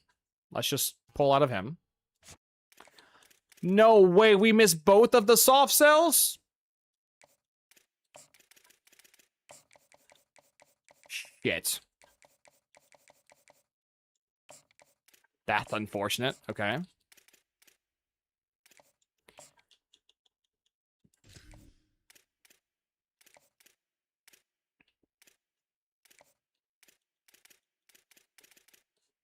If we beat ooh, I don't know. I think we jump Ohio State. The very next week, we then get rejumped.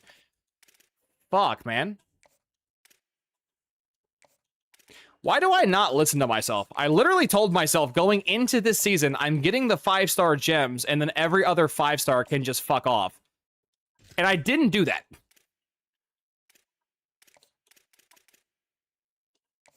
Because these 5-stars, you have to fight for them. Again, I don't have my, like, OP perks yet, where, like, I can just autopilot through everything and be fine. Which means that, like, I gotta actually put effort into every one of these, and that's just... no bueno. I think I might stop buying talent dev perks for a year just to buy the CEO perk. That way, future seasons, we don't have to... worry about recruiting. And I think it's that, isn't it?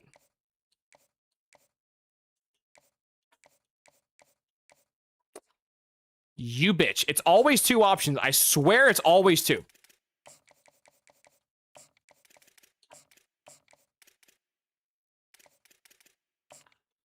Dude, what the fuck? Am I missing the hard sell?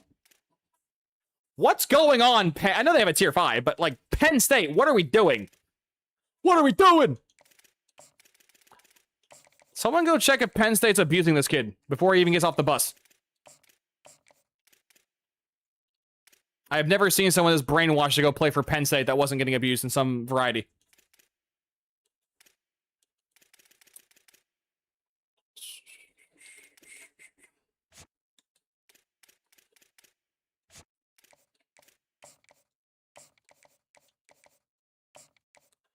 Let's schedule the guys that we are going to try to go after anyways for the week 8. A visit is still a visit no matter how small.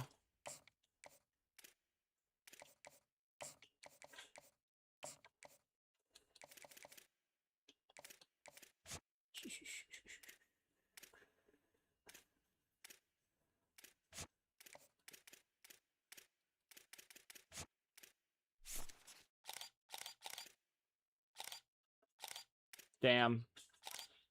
He could have been goated.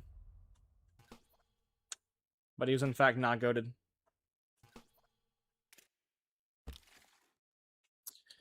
Four stars. D-line first. D-tackles next.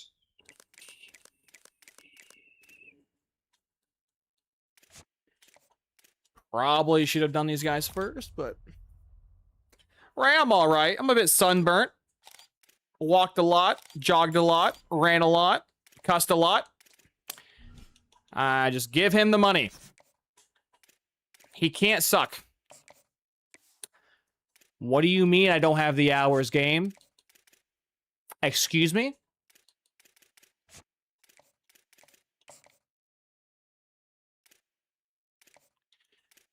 Ah, shit. Do I just drop 55 and pray?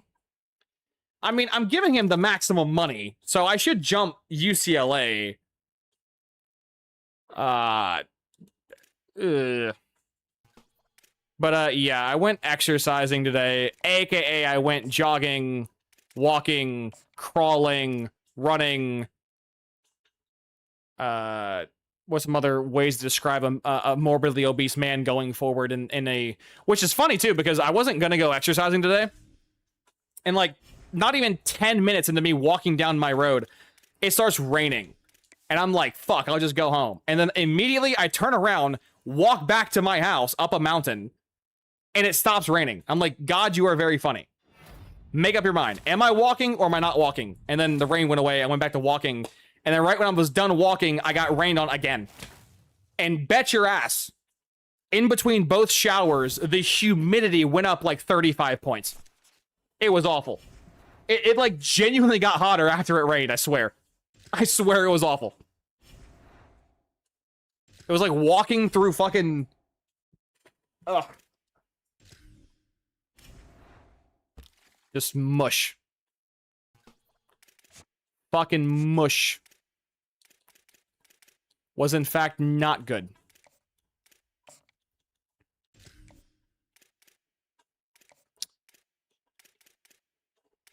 Well, we win this week, we get the kid. We don't, we lose the kid, so we beat Duke back-to-back years by 60 points. I love this game.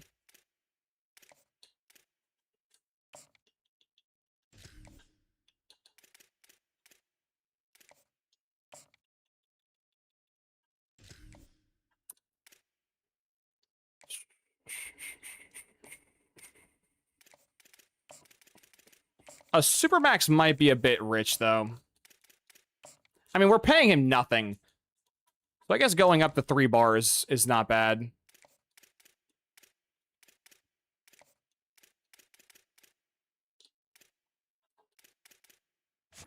We made it!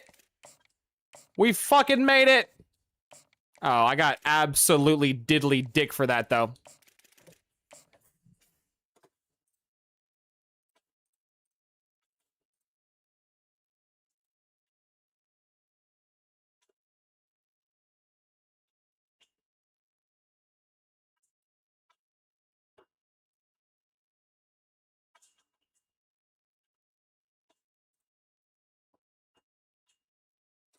Man, this is god-awful. It's a 37% chance for this.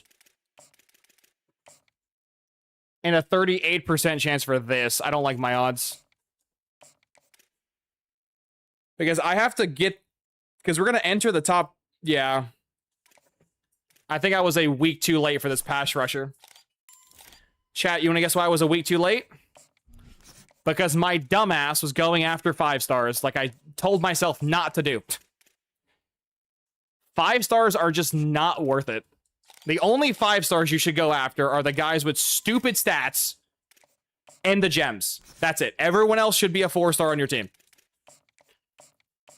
Because the amount of money you got to pay for 4 stars is even nowhere near the percent for 5 stars. Almost every 5-star, again, when I have my, like, build, I can autopilot eventually, but I don't have that yet, so.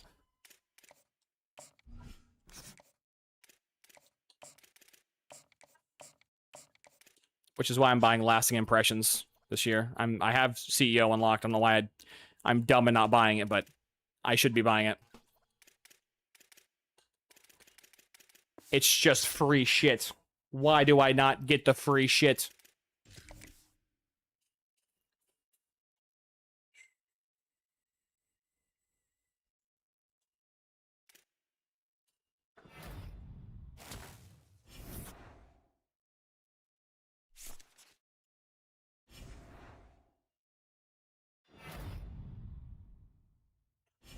My receiver popped off.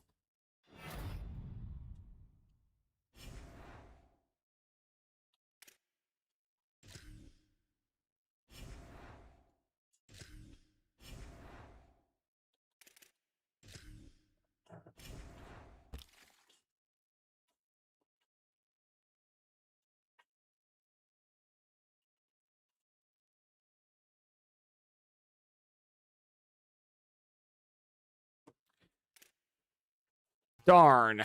Oh, shit, that actually hurts my soul. We lost the QB. Well.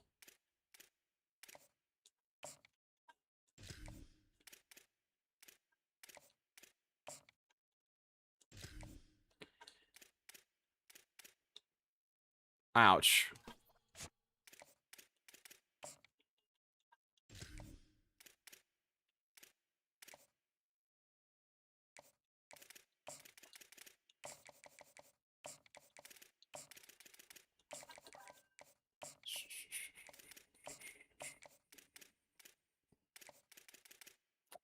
We got them wrong. Money is a hell of a thing. The fact that we can keep this close just because of money is sad, but not completely inaccurate, though.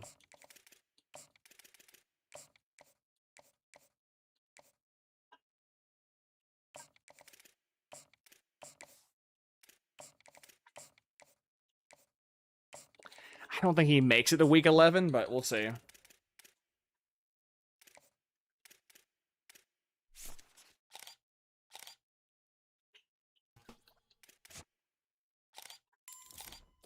Bro, these D tackles are genuinely diffing the DNs so hard right now. This is another D tackle that has more speed than the average D end. D tackles are cheaper than ends and they're better than ends. What is going on?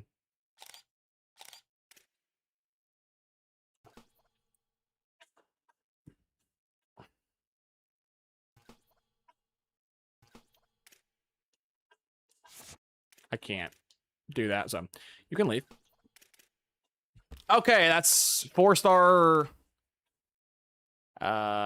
ends and tackle. Let's go try and snag corners, safeties, and linebackers last.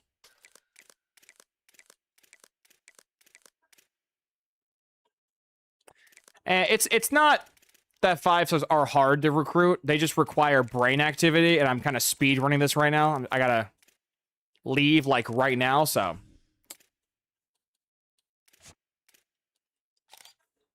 But come next season when I have lasting impression, then I'll have whoever I want, so.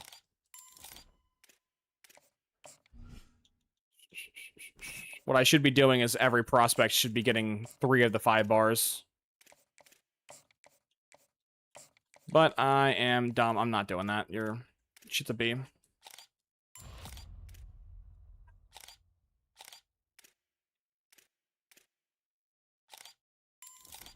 Dude, I hate this. I mean, Ohio State's not like giving him that much money.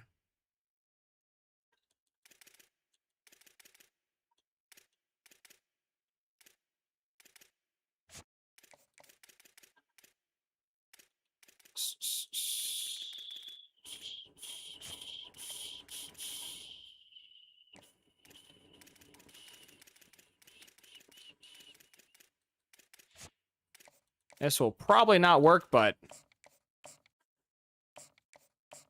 it's the best we got. I got to go, chat. I'm trying to get this sim season done and wrap this VOD up. I was technically supposed to leave like 20 minutes ago, but I got distracted. And I should probably just skip recruiting and just auto it, but I also want good players. It's a bad combo.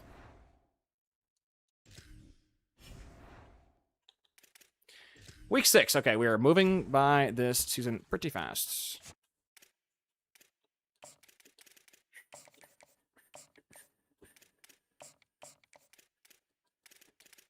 Lost the safety. That blows.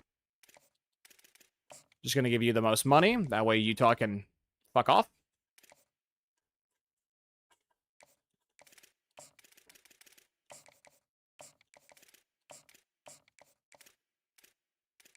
I'll give you a bye-week visit just to be nice and courteous. And I will also toss you a bar. So have fun. You are getting nothing because nobody's going after you, which is pretty sweet.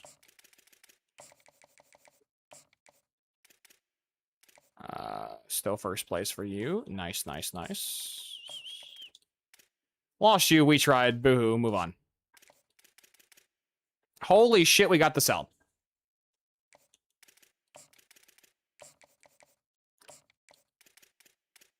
Max money. We have the sell. I should have probably did that last week, but oops.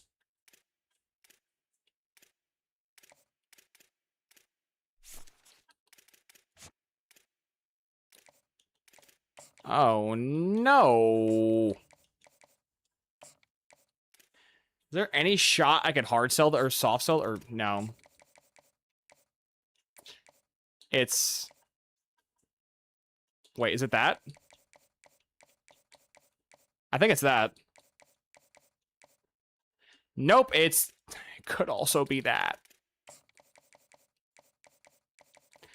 Listen, I promise you infinite cheat days on your diet if you just commit to my school. I promise you, our strength and conditioning coach won't be that crazy. Ah, fuck me, man. Well, good news is I'm going to be top 3. Bad news, I don't think I'm jumping Ohio State.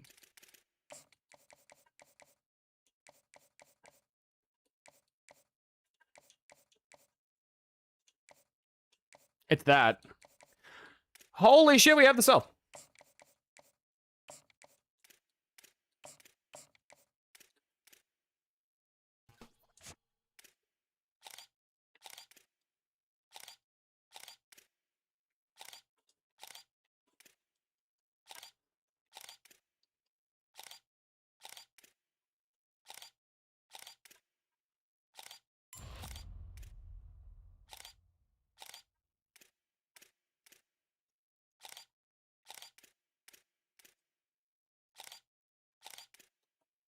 Yikes.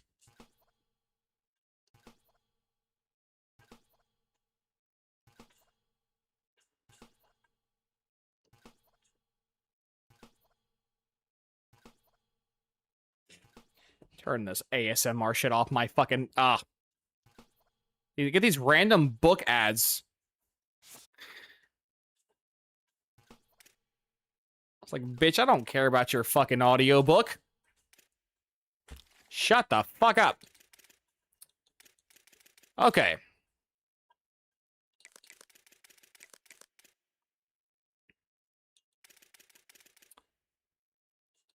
I think that's almost every 4-star. Yes. You get receivers in the portal.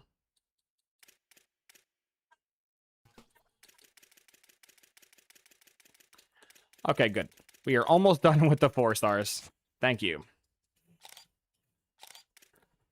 Are any of you... That guy's 93 speed.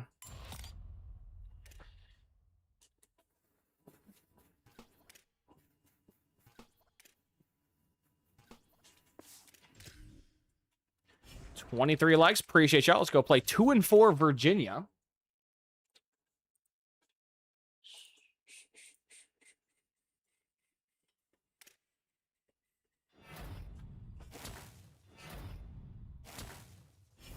More commits. Nice. And we won. Sweet.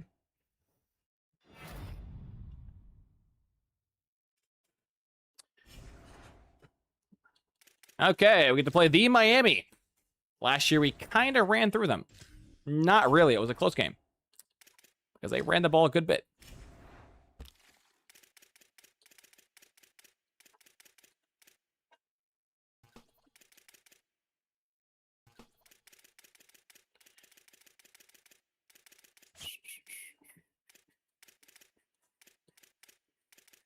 I think if we beat Miami, we may get several commits.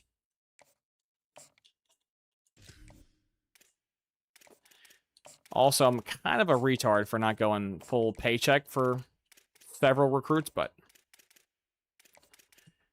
I'm getting competition. I should just go ahead and just whip out the checkbook and overcommit.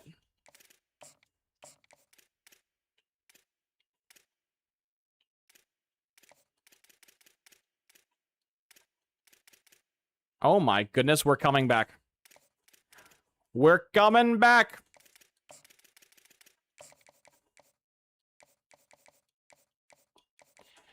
And we're winning by so much. Not that one. We're winning by so much I can afford to just dick off a hard sell. Because if we get it, it saves me a week of work. And if we fail, no one cares. Nice.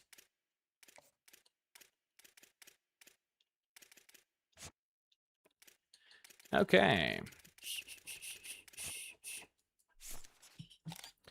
This is the last batch of 4 stars, and then we have cleaned the entire pantry, and we can move on to the portal, which I will do later. Not tonight.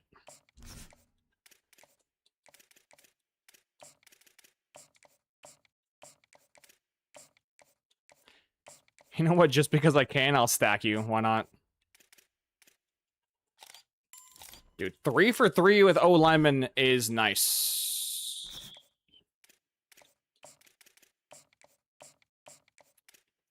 Three for 3 with O lineman is pretty sexy. Wow. We are just slaughtering it right now.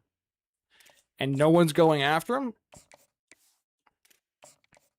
George Gear. Well. I will be that man. Okay. Miami of Miami. Not to be confused with Miami of Ohio. Do we beat you to secure another win?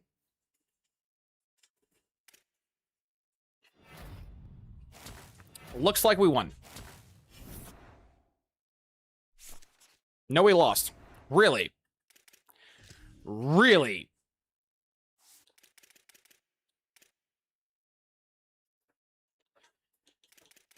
Blowout. Blowout. Semi-close game. Blowout. Blowout. Blowout. Blowout. And then overtime loss?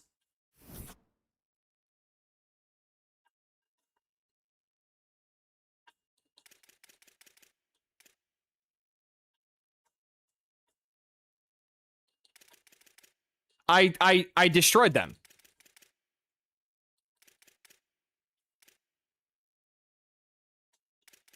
I lost because my fucking 99 everything quarterback threw 2 picks. What the fuck? That's okay. Okay. Sure. Sure. Why not? Makes sense. I destroyed them in almost every numerical category, and we just lose because my QB threw 2 picks. That's great. Did I actually lose because my QB threw 2 picks, or did I lose because this bullshit game has a stupid-ass thing where you would, if you put someone on a fucking visit, you lose that game. I swear to God. I swear to God, the highest rate of games I lose are always the games on visits. I swear to God.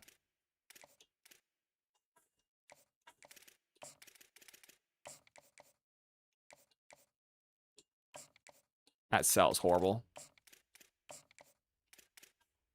Well.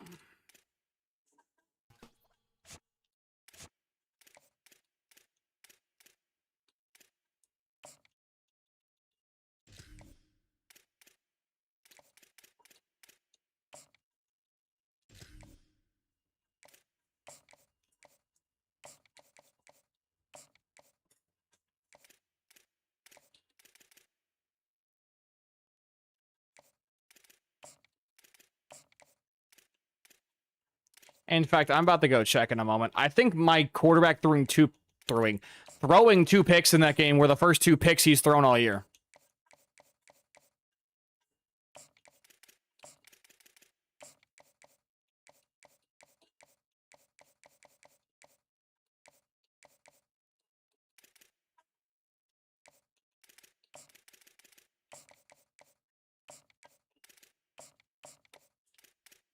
Love that no matter how good of a team you have, you can't ever avoid the forced losses.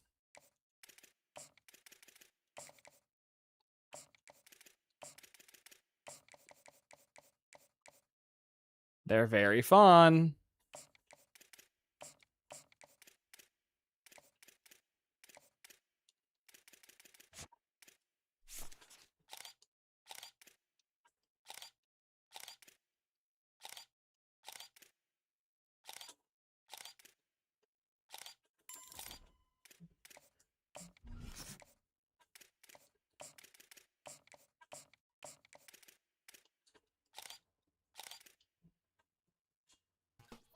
Okay, the board's officially done now, so no more recruiting. Now we just handle the guys we have and wait till the portal. A 20-person class is not terrible. I've done better, but I'm also missing perks, so. Let's not do that, please, computer.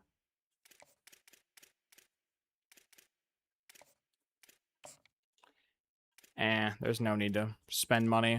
I'm not getting pushed. Why spend money?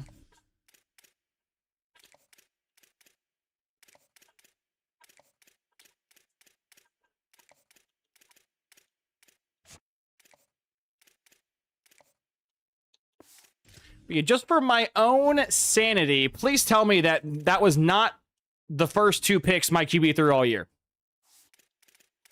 Nope. Almost, though. Almost. He's thrown 3 picks all year, and of the 3 picks, 2 of them were against Miami. Yep, nope, that checks out, man. That checks out. Well, Beastly, what does it matter him throwing a couple picks? What does it matter? My QB, the first year I used his playbook, threw 1 pick. The second year I've used this playbook, my QB threw, like, I think 4 total. This guy's already at 3. And we're at week 9.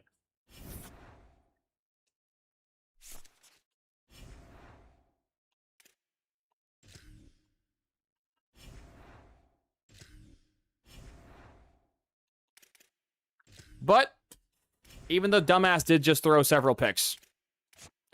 My defense played so good that the extra turnovers we gave them didn't result in much. So there is something to be positive that happened. And also because I'm kind of in a rush, I didn't really go check, but there's a possibility that we also had block kicks in there. Don't know what is up with EA's fetish this year with blocked kicks and punts, but the special teams debacles happen so much in this game.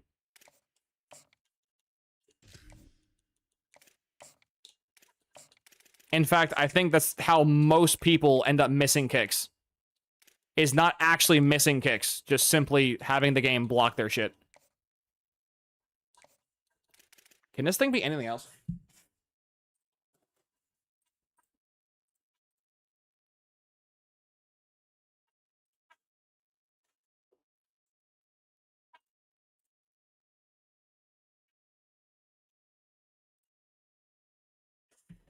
It cannot.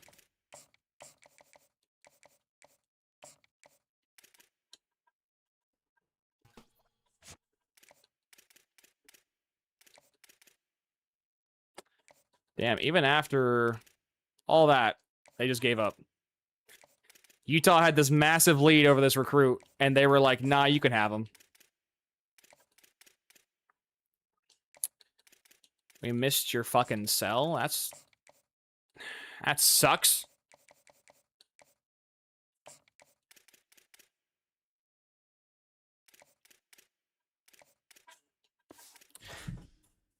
Well, that doesn't make me very happy for the rest of this year. If we choked versus Miami, then that means we can choke versus any other team.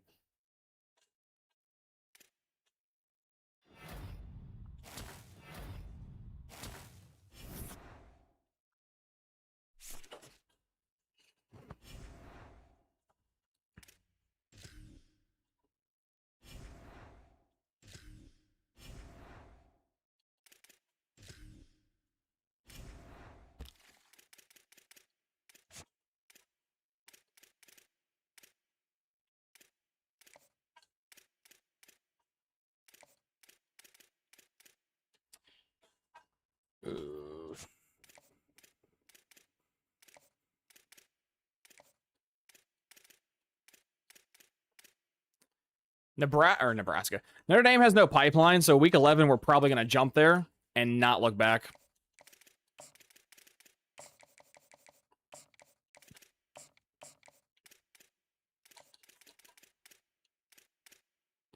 Big bye week.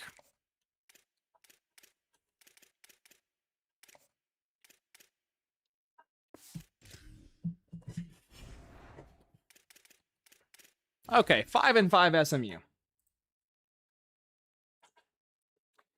So that now makes this playbook's official third loss in 3 years. Averaging so far 1 loss per year. So far.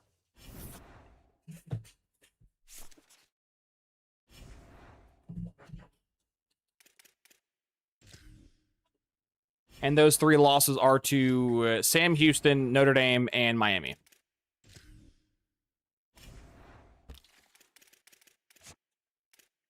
Why are you just not committing? I'm giving you max money. Like, just fucking commit, dude. Same thing for this gentleman. Just commit, dog. That should be a feature in the game. If no one is going after you but one team, they should just auto-commit. Like, same thing here. Why is he just not auto-committing? Like, quit playing hard to get. Like, no one's gonna get you but me. Just get on the fucking team. Don't be a diva. Don't be a dick.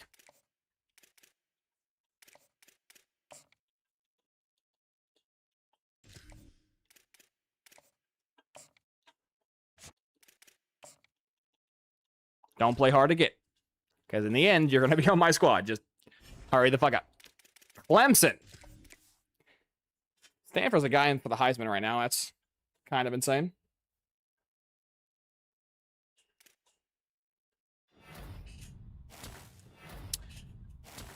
More hard commits. Good.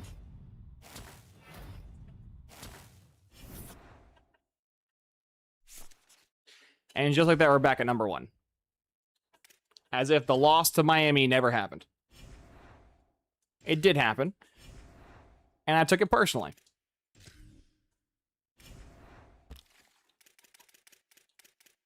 He's still playing hard to get.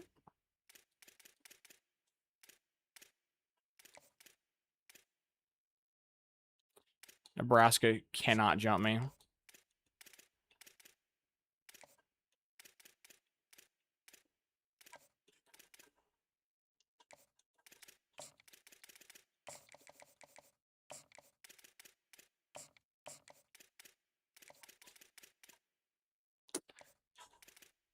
Oh, Texas.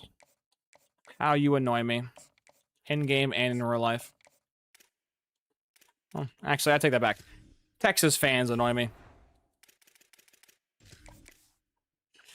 Texas fans are a lot like Oregon fans, I've noticed, where they talk a lot of shit, but don't have much to show for it. Like, I talk about this a lot on my streams and shit, but there's like a proportion of like how much of a douchebag one can be, like proportion to how much success your team has. Like, Alabama fans can be obnoxious because Nick Saban was the best coach in college football for 20 years and they ran the sport for 20 years. They're annoying, but like, it makes sense. But like, Oregon fans, like, what have you accomplished to be annoying?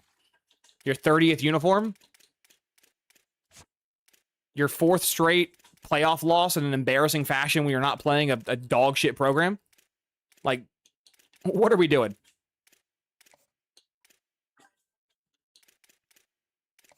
Or even the year where Georgia went like back to back. It's like, oh yeah, they went back to back. They can talk shit. That's what going back to back does. You can talk your shit.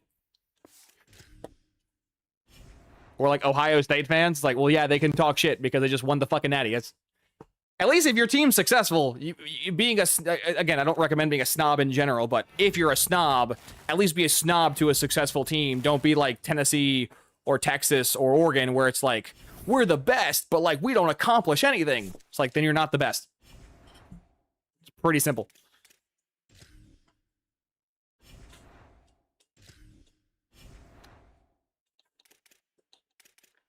This should be pointless. I already rehired them, yeah.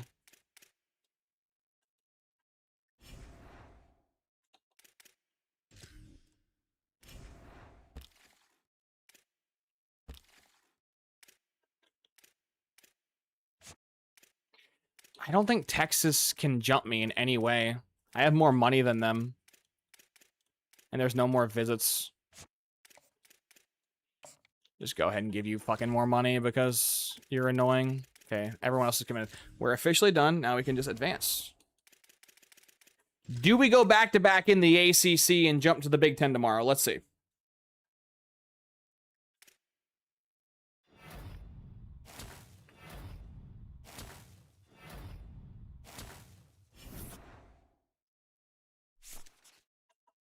I believe we won. Nice.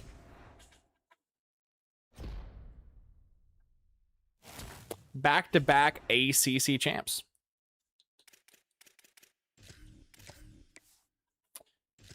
Game. Fuck the practice. I'm trying to go. Literally, the moment we win the Natty or the moment I lose a playoff game, I'm going to have to end the stream, so.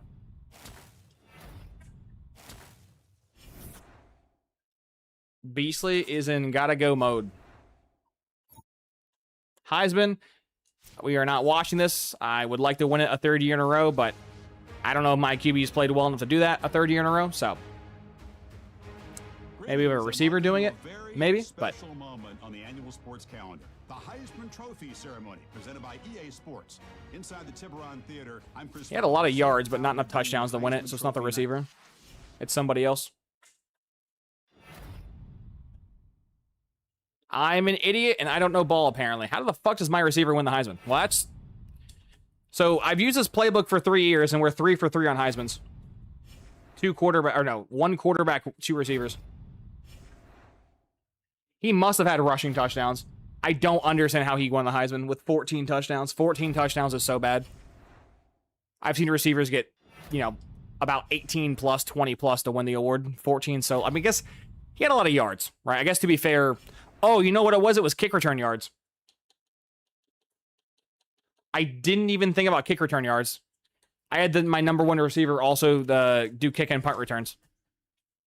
That's probably what it was. We will see sometime tomorrow.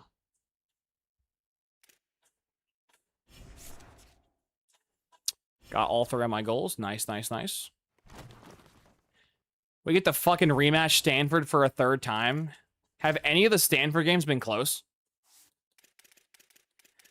Oh my God, we beat them by a singular point the first time, and then we blew them out. Kind of. Not really. I don't know. We survived the first time, and then the second time it was a more dominant win, so. 3 times the charm, I guess, versus Stanford. We'll auto-spin our tokens. I have so many 95 overall players. This is kind of insane. Stanford has 3 losses this year, and 2 of them have already been to us. Do we give them a third? Yes, we do.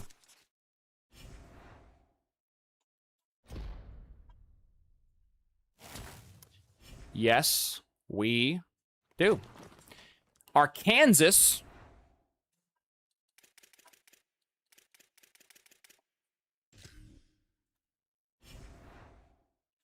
They're an 81 overall team. This should be a bloodbath. And we lose to an 81 overall team.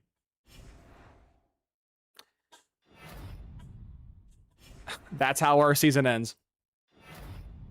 To an 81 overall Arkansas team.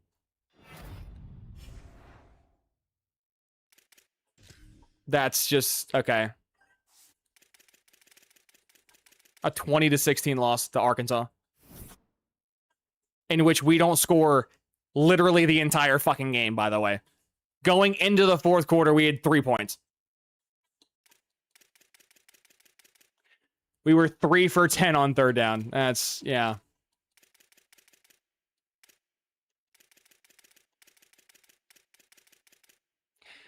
We lost yet again because of rushing. We gave up almost 200 yards rushing. We also had a QB throw pick. Which is just comical that 99 everything with abilities still throwing picks. But this is why we lost right here.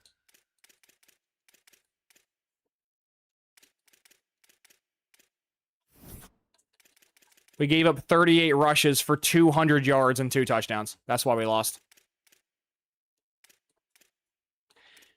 We just lost to another team, just like Notre Dame, that just runs the fuck out the football.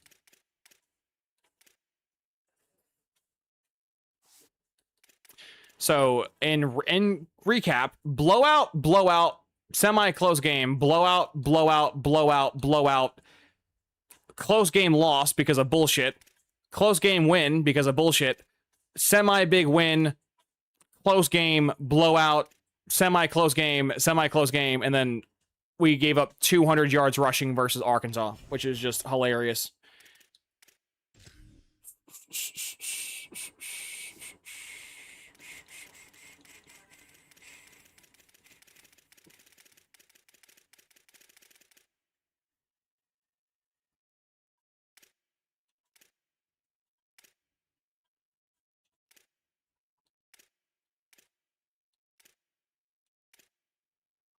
They're an 82 overall team.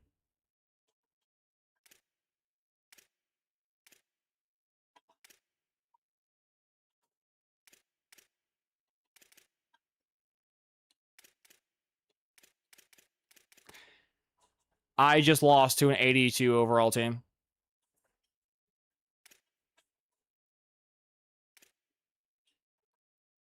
Dude, Arkansas has fucking 5 fullbacks. I lost to a CPU team that has 5 fullbacks.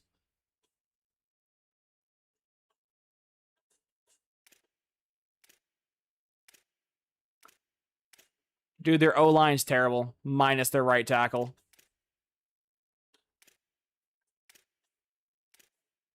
Their defense is also terrible, minus their number 1 corner.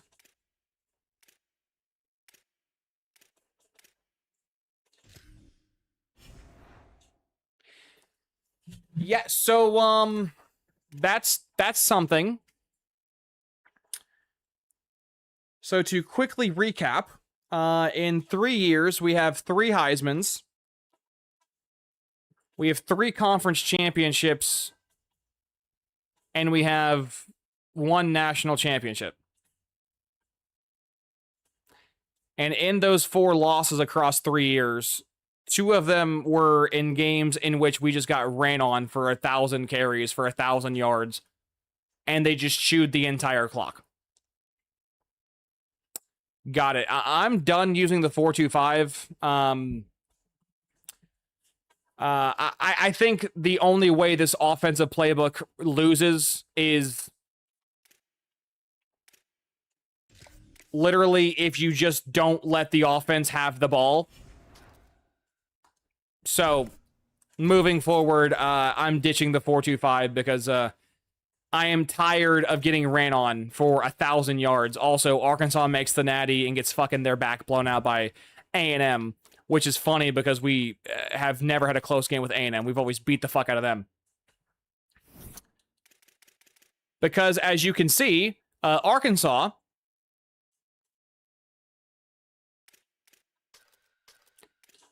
they had 30 carries for 30 yards. I lied. They have 22 carries for 21 yards. Literally, if you just stop the run, you're fine.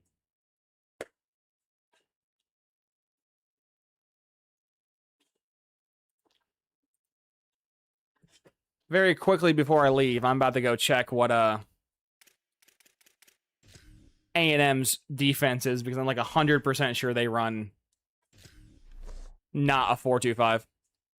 But regardless, even if I am running a 4-2-5, I shouldn't be ran on for 200 yards.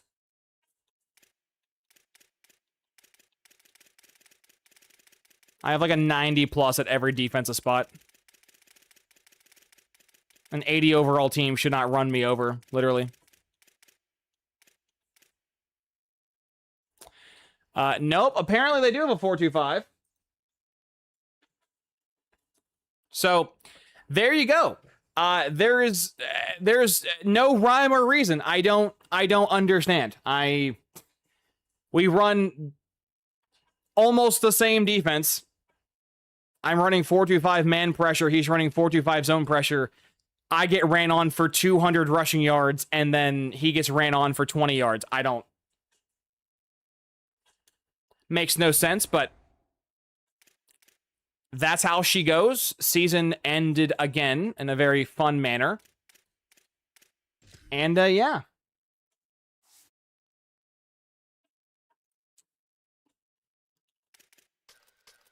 We had the number 1 offense again in terms of points per game. We have the number 1 total points. We have the number 2 total yards behind Arkansas, which, again... they played 2 extra games compared to us, and they beat us by under 100 yards. We finished with the number 1 yards per game.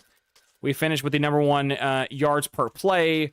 We finished with the number 1 passing yards. We finished with the 3rd best passing yards per game. We finished with the number 1 passing touchdowns.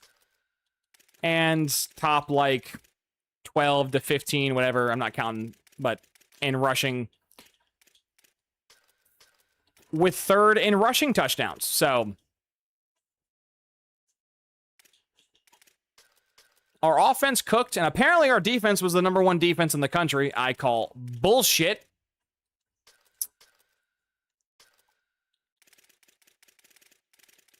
Apparently the best defense against the run this year was Bama's, which is a base 3-4. Followed by a multiple defense, followed by a base 3-4. And then Miami snuck in there with a 4-2-5.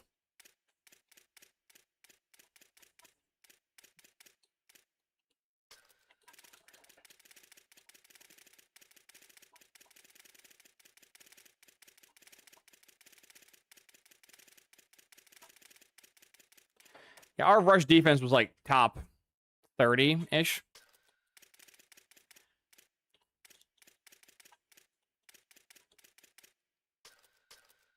Number 1 offense on 3rd down.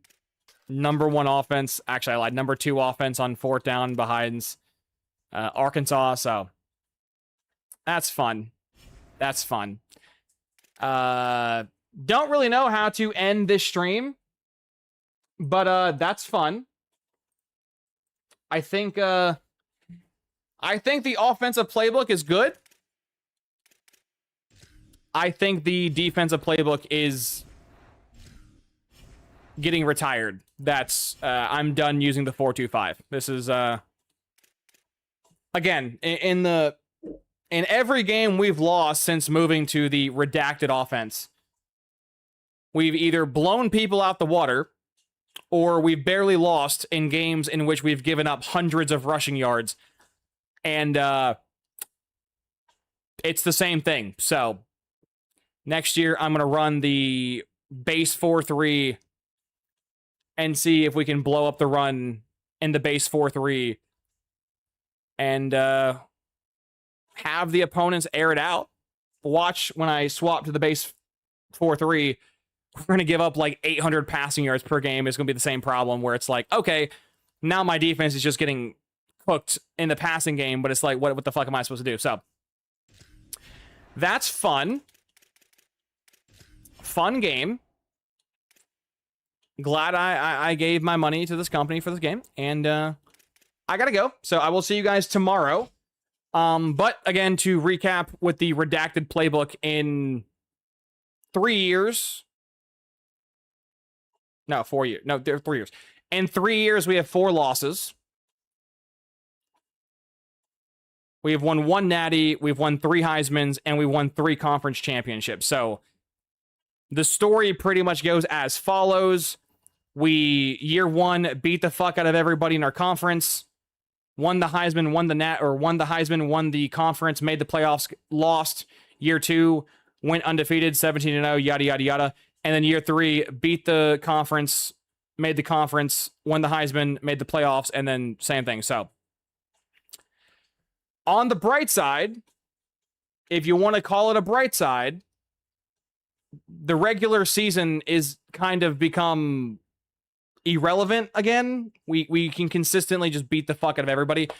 2 of our 4 losses in 3 years have come in the postseason, which I would presume most of our losses, if we have them, will be there. So, not bad, but when you lose to an 80 overall team, I don't care what their playbooks are. I don't care what their stats are. They're an 80 overall team. That team ran for 200 yards on my defense, and they have offensive linemen starting in the 70s. That makes no fucking sense.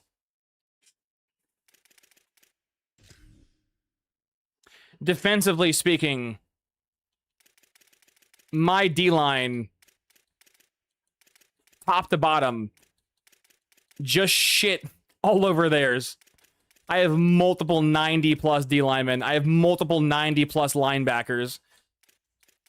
I have 3 90-plus overall corners. I have 90-plus safeties. Like, I have more 90-plus overall players, and Arkansas has 80-plus overall players, and I lose. So, fun game. But I appreciate y'all, and I will see you guys in the next one. Take care.